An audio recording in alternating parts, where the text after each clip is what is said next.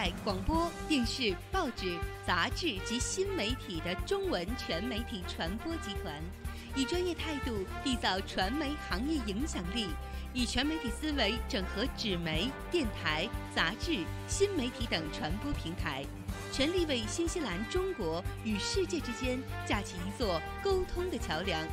新西兰全媒体一站式推广，唯有新中传媒。大家好，欢迎您锁定收看 Panda TV 37，我是主持人 Ian。大家好，我是小娇。Panda TV 37，新西兰最具活力的中英双语电视频道，全新的专业设备和演播间，全天候为您送上最精彩纷呈的多样节目。自制节目包罗万象，资讯全方位，新闻零距离，深入解读时事要闻，诙谐探讨社会百态。玩体育、看房事、尝美食、读人生，更有 CCTV、湖南卫视、浙江卫视、江苏卫视等节目转播，聊综艺、看热剧、品故事、知天气。Panda TV 37，您不可或缺的生活伴侣。新西兰中文广播电台 FM 90.6，24小时青春调频，唯一中国国际广播电台 CRI 授权节目转播。新西兰中文广播电台 FM 90.6，新西兰最具创新精神、最具娱乐互动的温暖声音，唯一与报纸、杂志、电视、新媒体互动。906朝闻天下，每天早上7点至10点，最及时、最精准。906的朋友圈，每天下午4点到7点伴您回家，最热点、最幽默。APP 全球收听 NZFM 906，一起来吧！新西兰首家全国发行的中文报纸《中文时代》登上飞机机舱了。新中传媒重磅打造，发行直击全纽，新西兰唯一与电台和网络互动的中文报纸，视觉与听觉从此交融互动。青春化、互动强、原创比重高。中文时代，前所未有的媒体创新。中文时代，开创新西兰中文媒体新时代。长白云的故乡在云之端，有一本杂志 Kiwi Style， 助您了解新西兰的风土人情，融入 Kiwi 本地生活，资讯、趣闻、生活指南、风尚动向，一本为所有新西兰华人设计的最有质感的杂志。无论您是新老移民还是学生游客，一本杂志在手，新西兰生活无忧。本地发行更是海南航空、天津航空指定的唯一机舱杂志。Kiwi Style 让你爱不释手。这里是新西兰，传说中的长白云之乡，神秘的中土世界，更是当仁不让的人间天堂。这里妥妥成为了旅游达人的打卡圣地，因为天生丽质那是不用说了，后天的努力保护更是不能少啊。面对严峻的生态考验，我们一起在行动。新西兰环保部联手 Panda TV 37，共同打造自然生态探秘节目《绿野新踪之 Doc 自然说》，带您深入森林，探索海洋，寻访珍奇，遇见更精彩的新西兰。还等什么？准备好行囊，和我们一起出发喽！每周三早上9点，熊猫电视台 TV 37和 FM 90.6同步播出，敬请关注。新中传媒，新西兰唯一涵盖广播、电视、报纸、杂志及新媒体的中文全媒体传播集团，以专业态度缔造传媒行业影响力，以全媒体思维整合纸媒、电台、杂志、新媒体等传播平台，全力为新西兰中国与世界之间架起一座沟通的桥梁。新西兰全媒体一站式推广，唯有新中传媒。大家好，欢迎您锁定收看 Panda TV 37，我是主持人 Ian。大家好，我是小娇。Panda TV 37，新西兰最具活力的中英双语电视频道，全新的专业设备和演播间，全天候为您送上最精彩纷呈的多样节目。自制节目包罗万象，资讯全方位，新闻零距离，深入解读时事要闻，诙谐探讨社会百态。玩体育、看房事、尝美食、读人生，更有 CCTV、湖南卫视、浙江卫视、江苏卫视等节目转播，聊综艺、看热剧、品故事、知天气。潘达 TV 37，您不可或缺的生活伴侣。新西兰中文广播电台 FM 90.6，24小时青春调频，唯一中国国际广播电台 CRI 授权节目转播。新西兰中文广播电台 FM 90.6，新西兰最具创新精神、最具娱乐互动的温暖声音。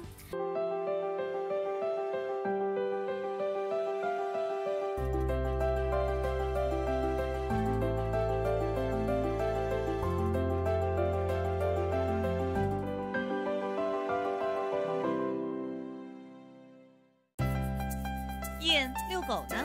别提了，这不知谁没收狗屎踩了一脚，恶心死了。不收狗屎，如果被投诉，可是要被罚款的。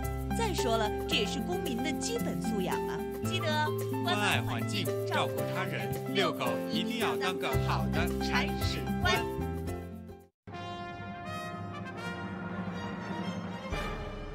新中传媒，新西兰唯一涵盖广播电视、报纸、杂志及新媒体的中文全媒体传播集团，以专业态度缔造传媒行业影响力，以全媒体思维整合纸媒、电台、杂志、新媒体等传播平台，全力为新西兰、中国与世界之间架起一座沟通的桥梁。新西兰全媒体一站式推广，唯有新中传媒。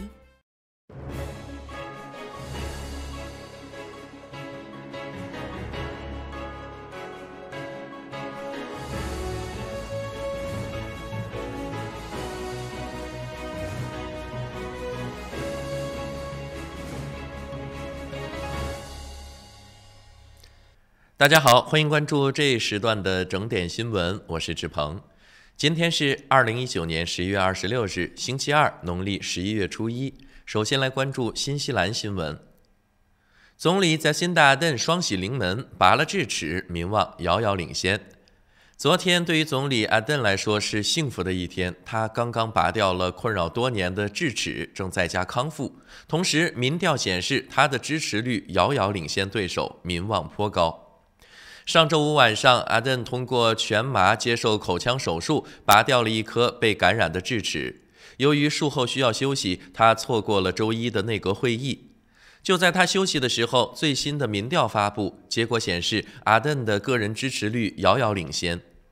在理想的总理人选方面，62%的受访者表示喜欢他，也有27%的受访者表示不喜欢他。而竞争对手 Simon Bridges 的结果正相反，喜欢和不喜欢的比例分别为22%和59%。另外，在支持工党的被调查者中，高达95%的人对阿登有好感，只有3%的工党支持者对他没有好感。预计阿登将会在本周三恢复工作，本周末将会在 Whanganui 参加工党大会并发表主题演讲。奥克兰华人金融大案各方姓名披露，涉及加拿大巨骗。上周五，奥克兰高等法院法官对一宗违反反洗钱法的案件作出裁定，认定奥克兰一家公司及其2名雇员在为一名国际商业大亨进行转账交易时，未将这些可疑交易上报政府执法部门，涉案金额高达5340万纽币，认定他们有罪。周一，随着姓名保护令到期，涉及此案的各方身份被公开。那名中国大亨就是被中国政府通缉的加拿大华人龚晓华，涉事金融公司为嘉信金融，2名被告为母子关系，分别为车福琴和他的儿子富强。由于姓名保护令到期，媒体可以公开他们的姓名和身份，这也是反洗钱法实施10年来第一宗相关的案例。检方指控车福琴和富强以及他们的公司嘉信金融为加拿大华人龚晓华进行了311项可疑交易，总金额超过5300万纽币。媒体报道称，龚晓华在加拿大通过经营连锁酒店和电视频道发家，但2017年12月因为欺诈和洗钱被加拿大警方逮捕。指控称，他通过一个金字塔式的骗局，在中国大肆出售所谓的原始股，非法聚拢财富，涉案金额超过2亿纽币。再来关注国际方面的消息，刚果金一小型飞机坠毁，已致29人遇难，16人受伤。据俄罗斯卫星网报道，24日 ，BZB 航空公司一架小型飞机在刚果金东部戈马市一居民区坠毁，死亡人数已升至29人，另有16人受伤。据报道，一架多尼尔228型飞机在起飞3分钟后坠毁。最初报道称有6人死亡，但随后媒体报道称现场发现了24具遗体。根据最新消息，救援人员从废墟中共找到了29具遗体，其中7名遇难者是来自同一家庭。据报道，所有受伤人员都已经送往医院。BZB 航空公司共有3架直飞飞机，主要运营刚果金东北部的地区航运业务。美国一邮轮爆发诺如病毒，病患乘客或多达上百人。目前，美国一艘名为诺维珍喜悦号的邮轮在航行中爆发诺如病毒疫情。据悉，这艘邮轮从佛罗里达州出发，在经过16天的航行之后抵达洛杉矶。船上数百名乘客在邮轮入港之后纷纷逃散。以上就是这一时段整点新闻的全部内容，是由志鹏为您编辑和播报的。感谢您的收看与收听。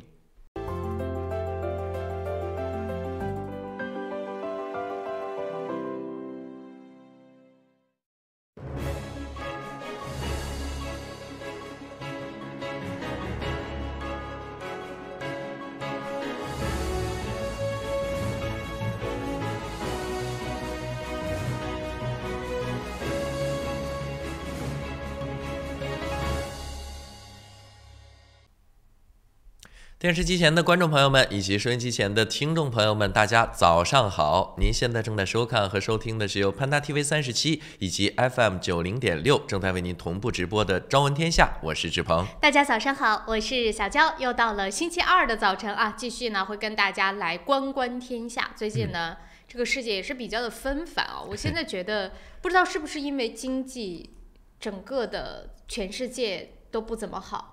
那是肯定有原因的嘛，就变得比较的乱。是这样，有时候就觉得，哎呀，这个生活不如意，或者比如说去年或者前年。比起来这个风光的时候，觉得哎呀，真得是勒紧裤腰带的过日子。所以吧，有人说就说还是我们年轻啊，还没有经历过很多的这个波折，我们就说什么过来人，这就是这个起起伏伏啊，那可能就不是一次两次，所以很多人呢就觉得说，哦，那也有可能啊，就是到了我们一定年龄之后，你就会发现，哦，这一轮的起伏只是这一轮，因为比如说像我们这一代，其实就没有算经历过2008年的经济危机，2008年我还在上学，所以你就没什么感受。对，08年的时候我才12岁，数学不好。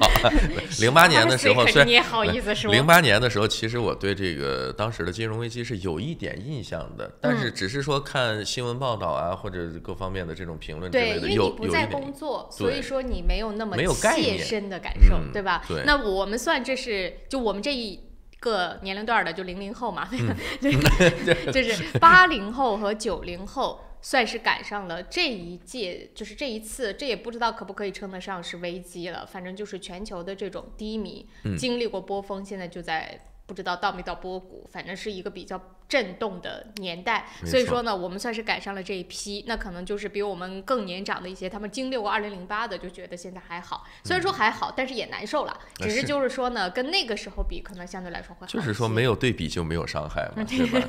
还是你过完好日子你再做。就是人呀，你可能在没有过过好日子之前，你受点罪或者说吃点苦，你觉得也没啥。但是一旦你日子过得挺幸福的，让你回过头来再去吃这个苦，就觉得有点受不了了。是，所以说无论如何吧，我知道今年大家的日子都过得肯定是不如去年或者是前年来的那么顺风顺水啊，很多事情可能做起来就比以前来的要更难了。但往往这种状态之下啊，就是经济的环境状态之下，其实对于某一些非常专业的人来说，也并非是一件坏事。就是说我们说经济好的时候，尤其是某一种产业特别这个就是蓬勃发展的时候，它会吸引很多所谓非专业的人进去讨一杯羹。对。可是问题就是一旦比如说经济状态不好了，可能对于你的各种各样的专业的需求量更大了，这些人就会被淘汰掉。那么只要你是真的够专业，在你的行业当中做的够优秀，你仍然还是会被留下来，然后去迎接下一个波峰。所以从人嘛，自己宽慰自己，也往好处想想。我就是老想起来那句话，就是退潮了才知道谁在裸泳，是吧？对，就是真的是这样。你可能你在这个行业，这个说的非常对，形容的很形象。正在风口的时候啊，可能还有一句话就是说，尤其是在这个互联网行业哈，你站在风口上，猪都能飞得起来。但是你必须得是站在这个风口，或者你赶上这么一个时机。那如果说你说谁一生能总赶上这个时机，对不对？还真有那种命好的，但是有时候他那个饼不会掉在我们头上的，不要想了。没有那种他有时候容易晚节不保，你知道吗？所以我为什么要跟大家说这个？就是最近呢，这种经济的展望等等各个方面的数据特别多。昨天呢，我又看到是 ASB 的一份报告，就在讲说新西兰的目前的这种经济状况，他预测啊，这是 ASB 的预测，他就觉得根本就没有到就等于说是还没有跌到谷底，对，没有触底的意思。就说呢，怎么样？可能明年的这种，如果你觉得凄惨，那明年会更凄惨；如果你觉得今年还行，那明年你可能就会觉得有点凄惨。反正就是明年可能会更不如今年，这是 ASB 的一个预期啊。所以说呢，只是就看到了这份报告，具体的内容呢也不用它那个太专业了啊，我就不在这边一一跟大家来说，只是把这个大的展望跟大家来稍微说一说，是不是你也有同样的感觉？但是同样的，他在文章当中也提到，就像我刚才说的，人生嘛，总要经过几个谷底的，那是不是？人生总是起起伏伏，不可能一直浮浮，对吧？做好准备，然后等到下一次这个到了谷底之后，迎向波峰的这个阶段，其实想想也是。哎呀，还是有一点期待的，对吧？什么事都往前看嘛。行了，这件事情反正就是我把这个报告啊跟大家来稍微说一说。那么今天早上呢，主要的我就为什么把它放到最前面说，因为今天主要的新闻非常多，所以说呢，我就赶快的啊，先把这件事情跟大家来这个报告稍微跟大家来提个醒儿，就是说呢，也不要抱有太大的期望，说明年就会转好，自己还是要做好充足准备的。明年很有可能并不是想象当中那么的优越啊。好了，那么无论如何，我们今天除了这件事情之外呢，还会有其他的新闻内容要来跟大家分享。还是快速的，让我们来浏览一下今天早上的新闻早知道。是，首先呢，我们会跟大家聊到啊，每周工作4天，这个概念其实真的还是蛮吸引人的。或者是说，几点上班几点上班，够不够吸引人？当然够吸引人了，但是我在想，会不会是有的公司就是为了应对这么一种冲击，你们每周只上4天班就好，我们4天发工资。说每天上4天班，当然是给5天工资了，你这个是对吧？开玩笑了，这不是顺着刚才这个话题来说吗？其实实行这样的一个工作，算是一个工作制的，弹性工作制的这么一个。我们说工作场所也好，或者说单位也好还真的不是私企，是给新西兰公务员来制定的这么一个弹性工作制的这么一个制度。是的，真的来了，就是公务员要开始试行弹性的工作制了。一会儿我们来看看人家是怎么个弹性法，看看到底在政府部门公务员实行完了之后，如果成功，会不会扩散到我们身上？但是我就在想，像我们这个行业，怎么的也扩不到，它不算公务员。他就说公务员如果成功了，是不是可以扩大到私企，就鼓励私企也这么做？但是我们这个行业好像肯定不可能啊！咱上4天几点播？对，那不行啊，必须得按点来呀，对吧？再有，你一周你只播4天，那周5咱们观众听众看啥听啥呀？换一批主持人。我就可以一周工作4天了。所以无论如何一会儿我们会聊到这个话题，看到底实不实行。另外呢，就是上周跟大家聊到的关于奥克兰港口的北移这件事儿，非常出乎意料的是，前总理 Helen Clark 和这一次也是前总理 John Key 罕见的意见一致，齐齐发声，都认为奥克兰港口应该北移。我们一会儿来看看他们的理由不同，但是他俩挺一致的，这一次都觉得该搬，所以这件事情又被吵起来了。既然这么说，肯定有一定的道理，咱们也来看看他们的这种看法对不对，跟咱们的三观合不合。是，还有呢，就是这件事情啊，这个房东可是气了坏了他是说呢，他这个房客给他的房子造成了非常大的破坏，他光修呢是花了2.5万，结果呢，他就把这个房客告上了仲裁庭，仲裁庭的判决下来，只需要房客赔偿50纽币。这个差异也有点太大了吧？这个差了多少？500倍吧？一会儿我们来看看到底是怎么回事。50牛逼！那赔他干嘛？你赔1块钱，象征性的就表示你胜诉就完了，是不是？对吧？还有一件小事儿，就是要跟大家来说，我们华人朋友也非常愿意去的那个 Western Spring， 就是大家俗称的鸭子湖，大鹅们也搬家了。这个港口搬不搬不知道，但是这些大鹅是要往奥克兰北部搬了。一会儿我们来看看为什么要搬去哪儿啊？跟大家来稍微说一说。当然今天早上也会跟大家主要聊一聊关于香港方面的一些问题。昨天呢，这个地区选举的结果也出炉了，我们今天呢会跟总数的跟大家来概括一下。好的，我们稍事休息一下，一会儿广告回来之后，精彩继续。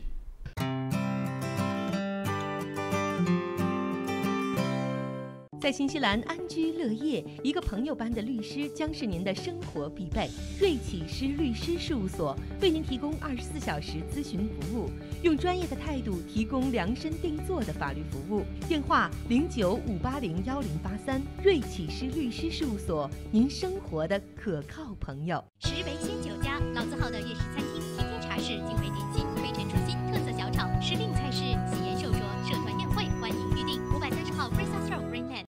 平安旅程，新西兰华人的一站式旅游服务团队，提供特价机票、定制旅游、度假套餐、旅游包车，1周7天，每天12小时，竭诚为您服务。详情咨询，请立即拨打2823939，2823939。玉山出新品了，最新推出的 Ushi 乳酸菌饮料，完全不含脂肪，还能易促进肠道健康，喝起来酸酸甜甜，让您一整天都有好心情。还有 Ushi 水蜜桃味冰红茶和 Ushi 芦荟饮品，大颗的芦荟果粒，好好嚼，让您根本停不下来。这个夏天，快来尝尝我们全新的 Ushi 家族吧！玉山之父，你我之福。公司地址43A Lady Ruby Drive East Market， 联系电话0927235519，0927235516。富家安橱柜专业打造厨房、卫浴、衣柜产品，设计精美、实用、大方。富家安橱柜用心守护您在家的每一个角落。电话09265299，2652969。双子留学移民政府持牌，学生签证、工作签证、移民申请、父母团聚、各类疑难签证，双子一站式解决。联系电话09377801，3778801。你好 ，Lisa， come look。哇，这不是天空塔旁边新建的综合大楼吗 ？Yes, the view is just beautiful。真的，不但可以看到天空塔，还可以看到整个海岸大桥。You sell them, Lisa。来吧，如果你想拿到最新的图片、价格表、宣传册，现在就给我电话022-1948-160，022-1948-160。Go, go, go, call Lisa quick。奥克兰教育中心成立于2001年，从小学1年级到13年级，课程辅导、教育咨询、升学规划、升医学院、留学美国、英国。优秀是教出来的，孩子成就最好的自己就是优秀。张老师的团队值得您的信赖，电话0962303366，0962303366。孩子成就最好的自己。这里有新闻资讯和您最关注的时事热点。这里有家长里短和您身边的人生百态。新闻不止一面，生活所以精彩。朝闻天下，新视野，新感觉。朝闻天下 On Air。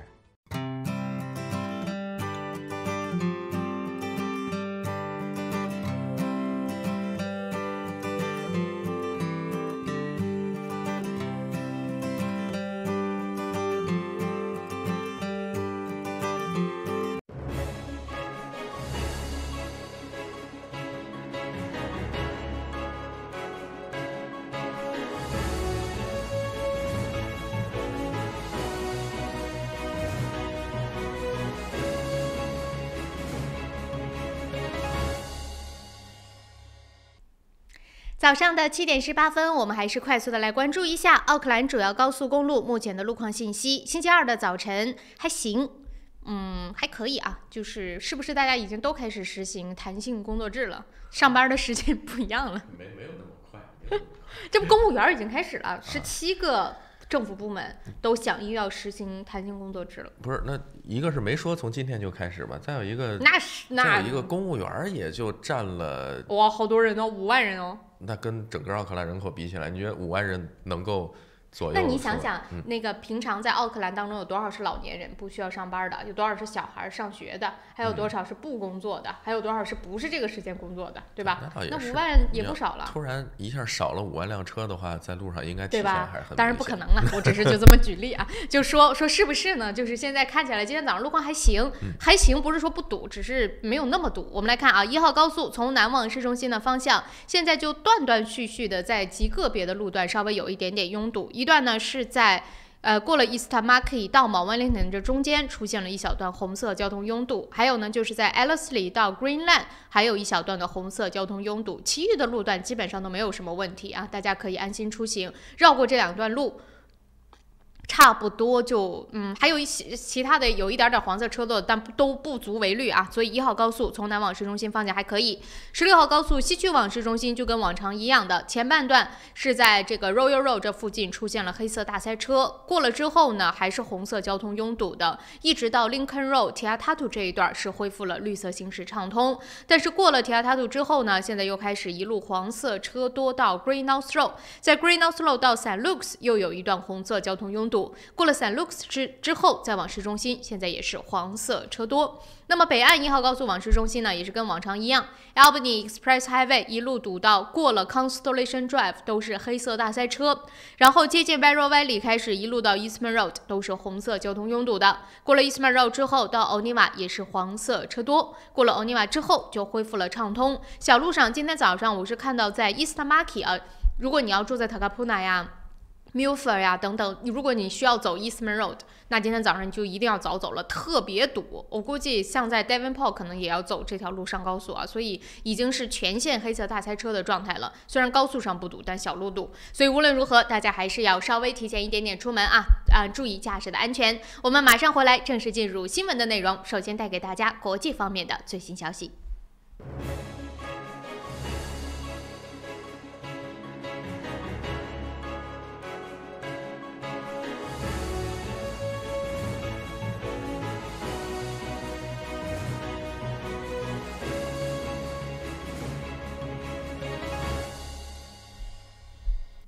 电视机前的观众朋友们以及收音机前的听众朋友们，您现在正在收看和收听的是由潘达 TV 37以及 FM 90.6正在为您同步直播的《朝闻天下》，朝闻天下带您开启全新一天，我是志鹏。大家早上好，我是小娇。那么从7点22分开始跟大家来分享具体的新闻的内容。首先呢，我们来跟大家分享国际新闻。我知道很多朋友关心香港的事宜啊，我们一会儿呢在7点45到8点钟这个时间，会集中的跟大家来说一说关于香港相关的一些话题。那么除此之外呢，我们在星期4也会跟 Peter 老师连线。其实昨天晚上 Peter 老师应该也讲到了相关的话题，如果大家想要看回放的，可以在我们 YouTube 上去看啊。那么另外就是我们一会儿会讲到，在星期4的时候可能也会有所评论，大家想说的也可以，但我希望大家都能够心平气和发表自己的观点，是理性评论，是吧？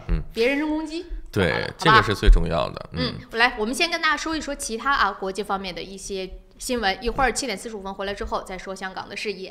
首先，我们就来关注一下伊朗最近又有问题了。是伊朗这个问题，其实你说大不大，说小也不小。哇，现在在现在这个社会是个很大问题。那当然了，而且借鉴最近一段时间，你比如说法国的黄背心儿包括智利这边。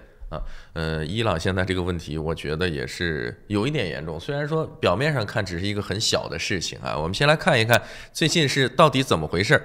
伊朗民众是在最近一周要努力适应叫什么线下生活，就是网不好使，说白了就是断网了。然后呢，因为前一段时间是抗议了油价的大幅上涨，伊朗现在国内也是爆发了大规模的骚乱。政府呢，完全封锁了互联网，人们现在都是被迫求助于20年前的这种模式，保持联络呀，然后维持交易啊，这样。因为说实在的，我不知道你有没有这种感觉，就是现在我们手机上网方便了以后，电话打的都特别的少了。对，就是而且我现在很多朋友就是如果要需要，比如说打电话这种联系，直接用微信打。或者是现在有很多的网络上的那种电话嘛，根本就不是直接打电话，所以断网了之后，等于这一些功能也全都没了。对吧？是。那根据美联社的报道啊，10月23号说的，虽然当局是上周四晚些时候宣布断网5天以后重新恢复网络，但是一直到礼拜六啊，家用的互联网服务才逐步开始恢复。算起来，从11月16号开始，伊朗已经断网达到5天了。那为什么我们知道的这么晚？当然是因为断网的关系了，跟外界的联系基本上算是中断了。对，除了打电话之外，你说邮件什么也发不了，寄信。是这个寄信，你想是吧？照比我们新西兰这种邮政系统，我们可以做个参考。它断网，那电话能不能打？text 能不能发？电话好像是可以打的，因为啊，很多人网络用不了了，所以没办法就去买这种电话卡。有的人因为基本上已经不用了。他觉得我用网络就很方便呀，又可以视频呀，又可以联络，而且那资费当然是比很多的国家这个打电话也便宜许多。是，对。当然最主要的啊，就是说我们说人民的生活不方便是不方便，可是其实呢，我们来看断网，就现在的这个社会当中，断网造成的最大影响或者受到影响最大的其实是这些小企业，尤其是你要依托于网络去生存的小企业，是，比如说像什么 Uber。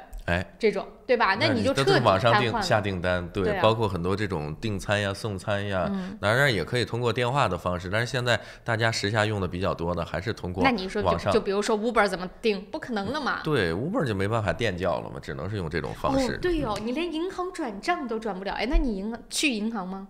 取钱？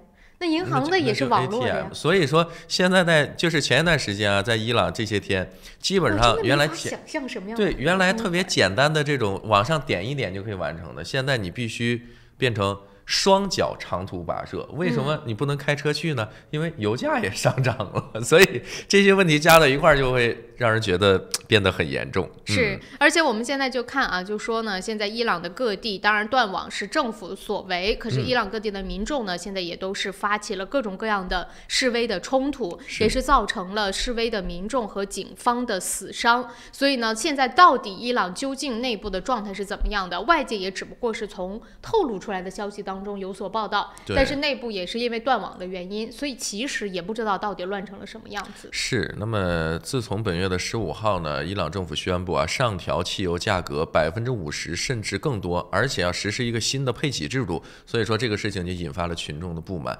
关键想象一下，油价上涨，你包括收个什么燃油税之类的，这个。咱不说可以理解吧，反正你该交也就交了，对吧？你收个什么8分1毛的，像咱们这儿也就那么回事儿，老百姓不会有太多的微词，虽然心里头会不爽，骂也是归骂，但是也不至于，也交也就交了嘛。但是在伊朗这个国家，您别忘了，伊朗可是全世界主要的产油国之一，它的油价一下上调50%，咱想象一下，咱们新西兰油价，你比如说汽油现在低标的2块多一点，2块2块3这样啊，不到2块3吧。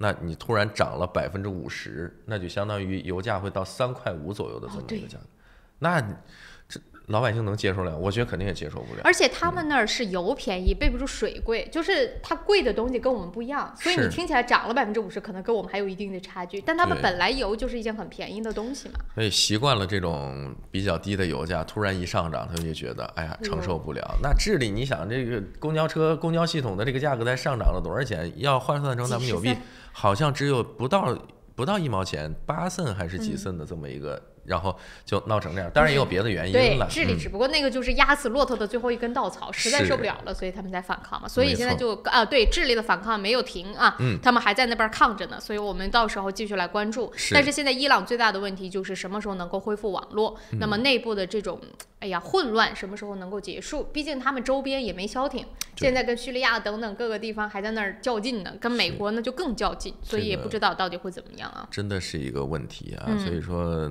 别的不说，油价你恢复一个稳定，对吧？然后网赶紧给人通了，这个我觉得是平息大家愤怒的一个最根本的解决方案，因为大家主要的点就在这2块上。来看吧，反正这件事情先跟大家来说到这儿啊。那么接着还有一个地方现在也在乱，就是非洲。这个虽然说跟英国有关，但是乱的是非洲。没错，我们来看看啊，因为这个地方呢，算是英国在非洲的最后一块，我们打个引号的殖民地吧。从今年5月22号的时候呢，联合国大会就以压倒性的票数通过了一项决议，什么决议呢？要求英国在6个月内，从5月22号到6个月以内，那就11月22号了。已经过了。对，把查格斯群岛归还给毛里求斯。那么11月22号这个日期显然已经过了，但是英国呢并没有这么做，没有把这个查格斯群岛归还给毛里求斯。是，所以这件事情当然也就是微词一片啊，大家就在说你这。一方面你是没有遵守国际法庭联合国的裁定，你另外一方面呢，你这就是这么黑不提白不提的就不还了，是要怎么样呢？是，所以这个岛呢，以前啊确实是属于英国的，我们讲叫保持殖民统治的这么一个区域吧，但是呢，从地理上来讲呢，这个岛应该划分给这个毛里求斯。那有一些网民呢，就因为这个事情就说英国是个流氓国家，应该为这个事情感到羞耻。当然很多东西。历史方面的问题你也不太好去深究，那当时就是这样，弱肉强食，这个地方我占了就是我的，对吧？那你也说不过去，谁手里头有枪，谁这个武力比较的占优势，那谁就说了算。你不能用现在的这种状态去评价你以前的那个状态，那个时候就是全世界大家各自争抢的，就是殖民时代嘛。那你不能用现在的这个时代去评价殖民时代，这倒也不对。但是现在呢，就是说，那你既然是法治社会了，既然是现在都进入到了这种所谓的文明社会了，那你不那个时候也文明了。我的意思就是说，这不是大家都讲究法治了吗？时代不一样了。那你现在既然有人这么法治上都已经过了，已经做出了最终的决定，那你又不遵守，是什么意思呢？这个是指的有一点过分了，因为除了国际法庭，包括联合国，都是先后裁定英国在这个做法上是属于非法殖民的。那要说起来，这个查格斯群岛呢，在印度洋的中心啊，其实。群岛屿数量也特别的多，它从18世纪的时候呢，就属于这个主权就属于毛里求斯。大家也都知道，毛里求斯包括周边的什么其他的一些这个岛屿国家，其实风景都非常的漂亮啊。然后呢，1965年的时候，当时还是英国殖民地的毛里求斯啊，是被迫以300万英镑的价格把这个岛卖给了英国啊，这是卖出去的啊，然后。拿这个换取什么呢？换取毛里求斯本国的独立啊，也就是说牺牲了这么一小块岛，但是毛里求斯这个国家独立出来了，不再作为英国的殖民地了。那么从1968年开始呢，毛里求斯独立了，但是英国方面他不认可毛里求斯的说法。英国外交部发表的声明就表示说，英国毫无疑问的对英属印度洋领地，也就是所谓的查格斯群岛享有主权，说该岛自1814年起就一直属于英国啊。那毛里求斯呢是从来没有对该岛享过主权，英国不认可毛里求斯的说法。咱这公说公有理，婆说婆有理，这个东西就是很现实嘛。现在很多的国家或者地区不都是这个状态？尤其是英国，它怎么说呢？它的领土也的确是。东一块西一块，所以这种争端的存在也是可想而知的啊。所以这件事情我们就来看吧。那不知道英国最终，那你说联合国已经说了，裁决也裁了，那英国就是不遵守，那我也不知道到底会有怎么办。没错，而且关于这个岛呢，其实啊，英国在这个岛上统治的这个期间啊，也做过，比如说驱逐岛上的原住民，包括呢租给美国建军事基地。那个时候还是我记得印象当中是说特别重要的军事基地嘛，在印度洋上，因为它的这个位置真的是，你想印度洋或者像这个太平洋那么大的海域是吧？如果是中间有几个岛的话，其实从战略上来讲，位置真的是很重要的。那也就是你看，英国跟美国又是好朋友、好哥们儿，对吧？他借给美国来做一个军事基地，然后包括啊，有传言说这个地方还是美国的中央情报局，就是我们熟悉的 CIA。然后用于审讯恐怖主义嫌疑人的这么一个秘密的审讯基地，八卦啊，听说对，这是有传言啊，咱也不知道是真的假的。那这个2016年的时候呢，英国对美国的这个租约啊，就是租给他做军事基地的这个租约，已经延续到了2036年。哎，对呀，那这个怎么办呢？他要是如果真的归还了，那这租约也不作数了，这是英国跟他签的呀。那就是看看，既然是租约，肯定有合同呗，看看合同如果违约是怎么算的，对吧？所以这个都是挺有意思的点啊。反正这件事情先告诉大家，这个岛。不过说到岛，真的是我觉得如果大家愿意去的，就赶紧去看看，指不定什么时候可能这些岛就都没了。现在这个海平面上升，这个倒并不是因为说什么战乱其他的，主要是海平面气候的变化。这是真的不是说危言耸听，它真的很可能很快就没了。所以关于这件事情啊，我们会继续跟大家来关注有什么最新的进展。现在英国焦头烂额的，自己脱不脱欧都不知道的，还跟人争什么领土啊。好了，那我们继续再往下说。刚才我看到听众观众也在那说断网，在现在这个社会当中麻烦可是真大。是他说到一个，他说 GPS 可不是嘛？你说现在没有 GPS 怎么整？你去哪儿能找着吗？我现在基本上去一个，就怎么讲呢？我去这个地方至少要多达3次，没有10次那么多。我估计我要去10次，3次到5次差不多能知道怎么走。一般从没去过的地方，或者1次到2次。你还会翻地图那个技能吗？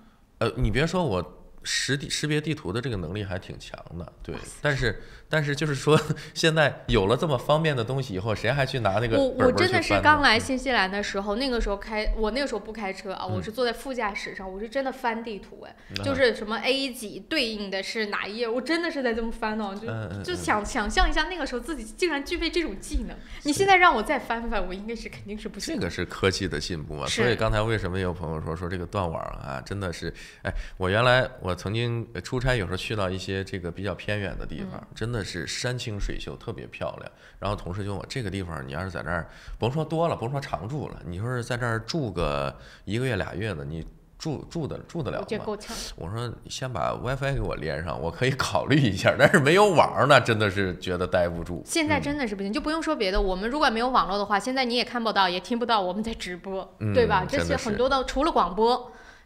但是我们现在做的是电视的直播间，也是通过网络连接到广播那边去的。我们如果要不做到广播直播间，大家就听不到也看不到。所以你说网络真的全断了，而且是瞬间断网，就掐断了，这种很可怕的。太重要了。好了，那我们继续往下说，说到科技方面，跟大家来讲讲特斯拉。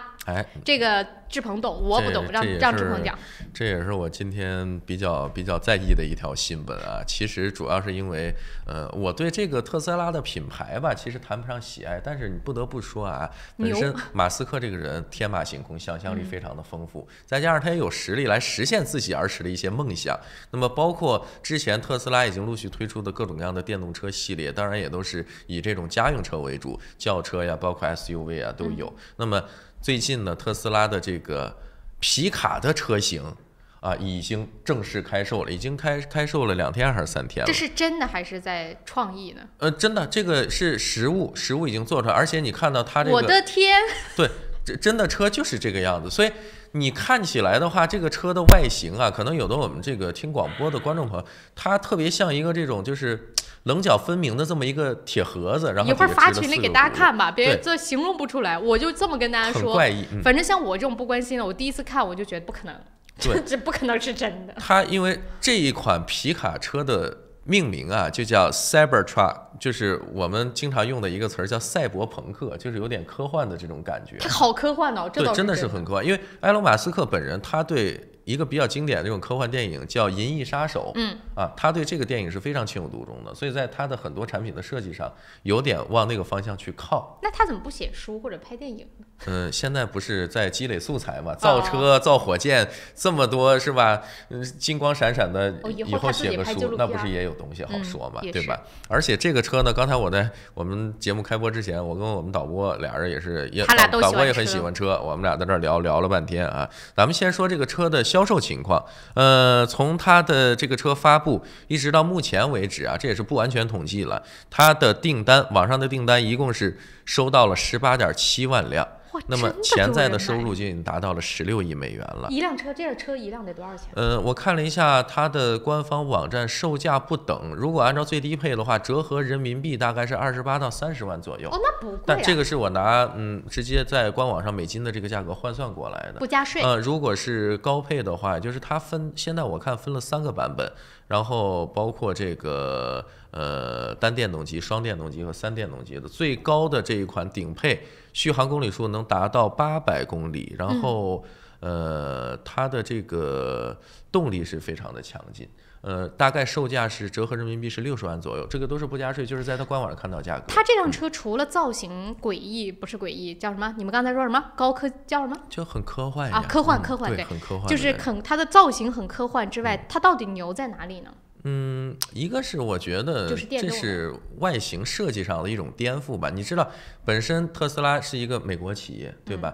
美国每年皮卡的销售量，就拿2018年刚过去的这年来算，2018年美国的皮卡销售量全国是达到了200万台，光皮卡这一款车型。哇塞，大家那么喜欢皮卡。然后就是包括有福特，然后包括有雪佛兰，还有另外是哪个牌子我忘记了。那这个东西是不是很抗撞呢？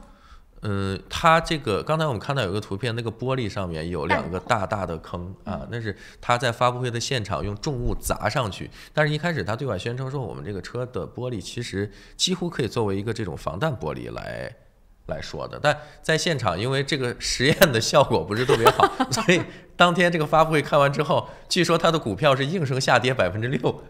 所以有的时候玩砸了，就是说的是这个搬起石头砸自己的脚嘛。所以就是它还不是，它只是用重物砸，结果没想到真的它不算碎了吧，就是正常的那个玻璃的那个。对，但是一般的这种车的话，你想谁没事老拿这么沉的东西去砸呢？而且这个车的车身的钢板，据说是拿马斯克用来造火箭的这种火箭外壳的这种材料，一种特殊的钢材来制造。你要这么听起来啊，就像我这种外行，我纯粹外行，我对车完全不懂的人，我听起来那就是有点在噱头，你知道吗？它只是造型啊、样子啊，其实它也并没有说比别的皮卡有什么特别特殊之处。对，其实我看到这个，当时我看到这个图片的时候，而且它也没有特别贵，这个车必须得买一辆，当然个头也很大了，其实是一个比较怎么讲，更适合美国人的这种驾驶习惯跟他们的这种综合路况的这么一款车型，因为长度就达到5.2米吧，你想一想，对，长度达到5.2米，宽跟高我记不太清楚，因为它这个高还真是不太好测量，可能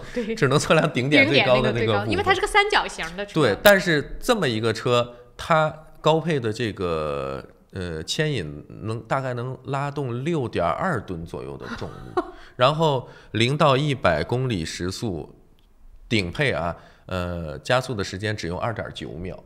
就可以达到0到100的这个。我不知道这是很快的，就是很快了，就是很快了。对，你跟我说这么多数字，你就告诉我是不是很快就好了。对，就是很快了。包括现在市面上一些可能我们常见的这种，牌子比较，我们就不说具体哪个牌子了，就是反正大家都比较耳熟能详的一些这种，当然是用内燃机做动力的啊，对，这种跑车，可能它能达到个4秒上下，这已经算是很快了。哦，那它真的是非常快了。2.9秒0到100公里。哇塞！所以男生才很动心，而且它的价格又没有说真的是让大家接受不了。你当然了，我们说的是美金换算成人民币不加税，的话大概是60万顶配了哦，那真的是还可以。我们不是在这卖车，但是而且这个车很有意思，就是它在网上销售的时候呢，它的你预定嘛，你要下订单，预定费只要100美金。啊，你就把这个钱放这儿，我就可以订它。至于说特斯拉也是出了名的跳票王，对吧？你是说好的，比如说那个 Model 3的那个车型，那是说好多长时间？咱们新西兰更是因为左右舵的关系啊，你先紧着这个左舵驾驶的生产，然后什么时候再有这个时间，所以说应该会要到很久，也不知道什么时候出来。但是有人说特斯拉其实它的这个做法还是蛮有意思的，就算这18.7万个订单全部最后都飞了，没有了。但是你想，一个人交100美金，这个钱现在是直接在他的账户，这是1870万美金的一个短期贷款呀。好了，这件事情啊，我们也来关注，看看什么时候才能有第一辆真的上路。这辆车，我估计很多男生朋友现在听得热血沸腾的，而且这个价格是 affordable 的，不是说正常人 affordable， 但是就稍微有点钱的都是 affordable 的，对不对？所以说我们来看看到底它什么时候上路。说到了拍卖，还有一条也是短新闻啊，赶紧跟大家来说一说。我们7点45回来之后再跟大家聊香港问题。说到什么事情呢？就是日本的松板牛，还不是和牛哦。拍出这个价格，我也是觉得够了。其实所谓和牛呢，就是日本很多本土的这个牛的各种品种的一个统称。对。但是最著名的在日本2种牛，一个是松板牛，还有一个是神户牛。哦，是这个意思。对。我以为神户牛的才叫和牛。对，它是只是统称为和牛了，对。然后这个牛肉呢，因为也是有各种各样的品种，什么西门塔尔啊、皮埃蒙特呀，各种各样的这个不同的品种。但日本本土的这种比较传统的牛肉，牛经过这种精心的饲养，它那个牛肉之所以会变得像图片似的这么漂亮，我们国内管它叫雪花牛，对，日本呢那个叫法日语叫霜降，我不知道该怎么发音啊，他们叫霜降牛。那这种牛呢，因为里面的这种脂肪真的是分布的又非常的均匀。它不是那种一层一层的，它是肌肉和脂肪交错在一起。我们就快速先跟大家说这个价，然后回来再跟大家讲啊。他说这头牛拍卖最后拍出了多少呢？168万人民币啊，是一头牛啊。正常的如果说普通牛可能人民币卖到个160万，没有1万多一点，1万出头，算是卖的比较好的了。对，但是这个牛肉呢，也是因为它饲养周期长，一般都要养2年半到3年的时间。那你就2倍3倍呗。那不一样啊，这个肉的质感吃起来真的是有区别。你也总去日本，你应该也吃过，对吧？我说实在话，我是真的吃过和牛，但我真心不觉得比新西兰牛肉好吃。对，因为就是它的这种脂肪，你知道肌间脂肪在25摄氏度左右的时候就会融化，所以一般我们吃的时候就是把它切成薄片或者切成块，然后在铁板或者石板上面稍微的煎一下。我觉得就是它的那个就是怎么说呢，名气打出去了。反正我的可能是我自己不懂啊，对吧？我就是比较那个老百姓，所以说我还是觉得新西兰的牛肉会比和牛好吃。和牛对我来说有点太肥，不够香，它只是肥，就是有入口即化的感觉。没错，口感是有，但是你觉得总这么吃也不是特别健康。来，时间关系啊，到7点45分了，我们先稍作休息一下，广告回来之后跟大家来聊一聊香港的地区选举问题。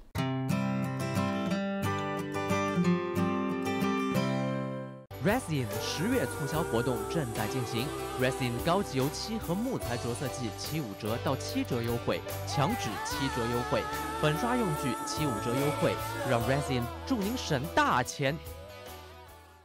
我是慕斯，我是健康睡眠系统，我的使命就是为地球上的每个人铸就美梦。你可以在遍布全球的3600多家专卖店看到我，感受我。越来越多的人因为我而得到精彩的健康睡眠体验。生命因梦想而伟大，那么就让我来铸就你的美梦吧。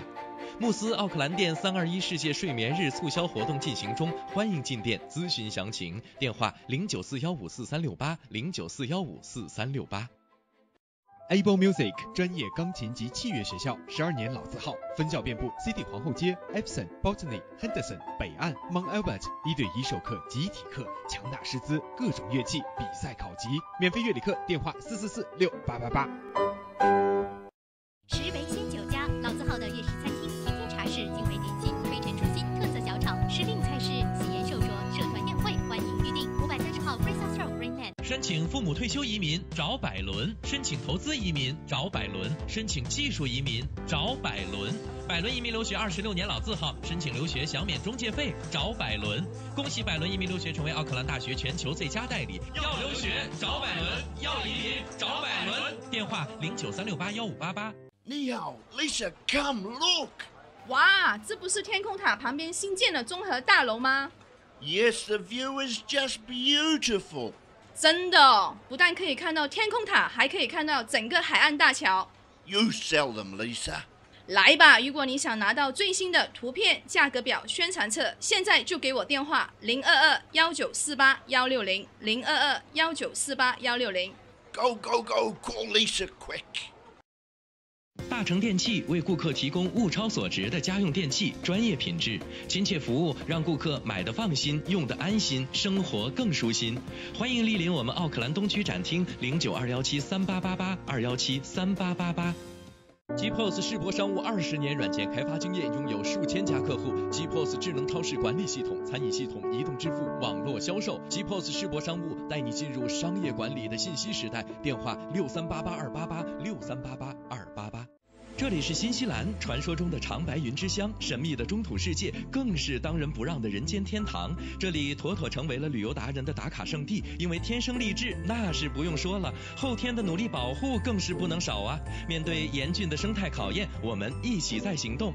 新西兰环保部联手 Panda TV37，共同打造自然生态探秘节目《绿野新踪之 Dog 自然说》，带您深入森林，探索海洋，寻访珍奇，遇见更精彩的新西兰。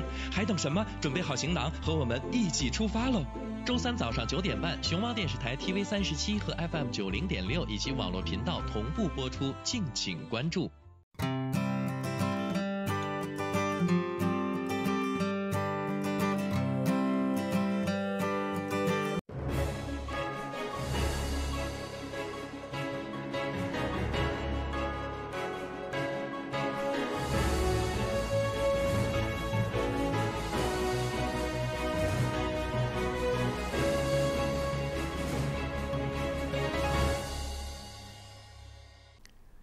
欢迎回来，早上的7点48分，您现在正在收看和收听的依然是由Panda TV37以及 FM 90.6正在为您同步直播的《朝闻天下》，我是志鹏。大家早上好，我是小娇。那么继续跟大家来关注国际方面的新闻，想看车的可以到我们的群里去看，或者自己去搜。这个满天下都是这条新闻，那个主流媒体也在报。我发现啊，真的就是男生对这件事情太感兴趣，这就像。这也算是科技的进步嘛，对吧？看不懂，关键是你说，万一有一天出现了一种不用自己动手的化妆品，就往脸上啪一喷，该上我买，你看是不是？那一样的。我要是现在有人给我画一张脸啊，就是贴上，就是把妆化完了，我立刻买，对吧？一样的道理。太烦，每天很多你在照比100年前，甚至说更古老的时候，比如说古代中国，咱们女性要是想画个什么。嘴唇上有点颜色，那要拿那个红纸去抿一下，对吧？那我都觉得那个是不是更快啊？擦口红好烦啊！那也看技术啊。那万一你弄不好，舌头也可不可以某一天我们就变成说以后女生不用化妆了？你知道？我觉得这个可能很难实现吧。就是素颜是美，也可不可能就是某一个年代就说化妆是丑，素颜是美？我倒是觉得素颜其实真的不难看，多大区别呢？对不对？那还是很大的。好了，我们来继续说啊，说回到关于香港的问题，我知道很多朋友也非常的关注。那么呢，我们结果就是这一次这个地区选举的结果，还是快速的跟大家来说一个结果，好不好？没错，因为这个结果呢，也是25号，也就是昨天下午呢，香港时间啊。全部选票才算是清点完毕，所以说我们把这个内容呢也是放在今天跟大家去详细的说一说。这一次在周日进行的香港区议会选举呢，应该算是一个比较完满的结束，因为投票率非常的高，达到了71.2%。那么开票结果出炉之后呢，泛民派是获得了一个压倒性的胜利。这个结果呢，现在是452个议席当中是拿下了385个议席，在17个区的议席当中的数目都是过半的。是，那么另外一方面呢，就是建制派的民建联派呢是派这个民建，他们是总共派出了181人，但是只拿到了21个席位。但是后边呢也有很多的这个可以说是分析啊，就在说呢这件事情是不是也有可能会影响到林郑月娥之后的选举。那因为选举结果出来之后呢，特首林郑月娥也是公开出面表示啊，特区政府呢是尊重区议会的选举结果。他说也留意到坊间有很多分析啊，指出选举结果反映的是市民对社会现状与深层次问题的不满。那么他说呢，特区政府一定会虚心的聆听市民的意见，并且认真的做一反思。是，那么这件事情呢，首先就是这个投票率是非常非常可观的。其实这对于像我们也在民主社会当中生活，就投票率能够提高，无论如何其实是一件非常令人欢喜的事儿，起码就是民众对于这件事情首先感兴趣了，再一个呢就是他真的在用这件事情来发表自己的一些观点了。很多人也说嘛，说这次地区选举已经不仅仅是局限在说它只是地区选举了，而是一个民意去表达自己这个建议或者是他的一个心理状态的机会，所以才看到这件事情的发生。那么就着这条新闻啊，我相信很多朋友也会有自己的一些观点，我只是说说我自己的看法。那么也欢迎大家来探讨，只要我们说不人身攻击，对，保证好自己情绪稳定就可以了。对，这个很重要。我也是情绪稳定的跟大家来聊一聊啊，我的一点点看法。首先我们就说只要是和平的去表达自己的观点，无论怎么样的结果，都要比你所谓的暴力抗议要好。这点我非常赞同，对吧？所以我们经常在说这是一件对香港来说起码是件好事，让它有一个和平去发生的途径。对。可是我今天早上看到的问题是什么呢？暴力抗议并没有因此而结束，就昨天休庭了一天，不是昨天，前天休庭了一天去投票了，然后第二天又上街了。是，这个是一个并没有结束，这个是我们觉得很令人担忧的事情当然就是说，像我们图片看到的这些在排队的市民香港市民绝大多数还是希望整个香港社会能够稳定，对吧？经济繁荣我们这个生活进入到一个比较稳定有序的这么一个状态。我相信大多数人都不希望看到这种街上的这种乱象，但是反过来说呢，追求自由和民主，这个是一点问题没有的。像小娇刚才说的，我觉得不管说这个结果投票的结果是什么样，这个都是可以接受并且应该接受的，因为这是大家民意的一个最真实的反应，这个到哪说都没毛病，对吧？那接下来就说一说关于这次结果我的一点点真知灼见，所以说大家可以自己来各自发表自己的一些看法。我是觉得虽然说它体现的民意是说大家在一国两制当中选择了两制而非一国，这是民意的一个选择，但是我在考虑一件什么事情呢？就是香港民众到底选择的是两制，还是他们认为选择了两制之后就能回去过往的盛世？大家能够明白我的那个意思吗？他们选择两制的原因到底是因为我就追求的是两制，还是说我希望回到过去的盛世？是。那么接着如果说他们选择的是比如说是想要回到过去的盛世，那我希望这些选民的选择是正确的。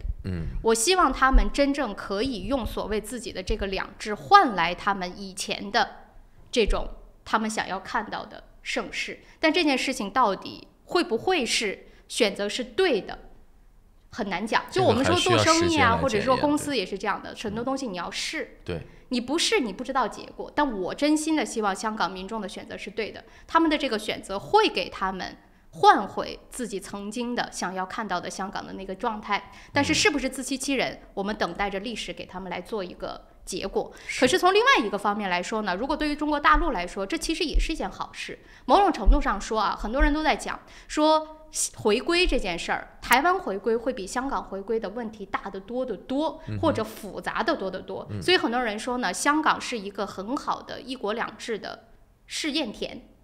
那么现在问题或者说暴露的越多，是不是也意味着说其实我们的反思可以更多？那么对于我们处理以后未来的比如说一国两制的这种问题会不会更好？其实中国人有一个优点，就是他们学习能力很强，是变通能力非常强。所以这件事情出来了之后，在这个时间点出来，是不是对以后的比如说对台湾的回归来说是一件好事呢？其实还有一点我觉得也是可以去想一想的，就是说中国的这种方法，比如说你一味的去输血送力给香港，那到底会不会真的换来你想要的结果？会不会反而换来的是离心离德？这个都是可以去考虑一下的。而且有时候通过一些现象也能够感觉出来，这种做法可能我们觉得从北京方面来说，可能觉得这个做法我们都是为你好，但是也未必其他人就这么觉得，或者说当事人就这么认为。是的，还有就是关于香港的这个问题，它的确是非常复杂的，它涉及到了立法，涉及到了教育，这20年过去了，你对孩子的教育也涉及到了媒体，香港的媒体、大陆的媒体、国际上的媒体，甚至是不是还包括了像境外的这种渗透，还有整个大环境的经济状况。所以要改变它是一个非常长期和漫长的。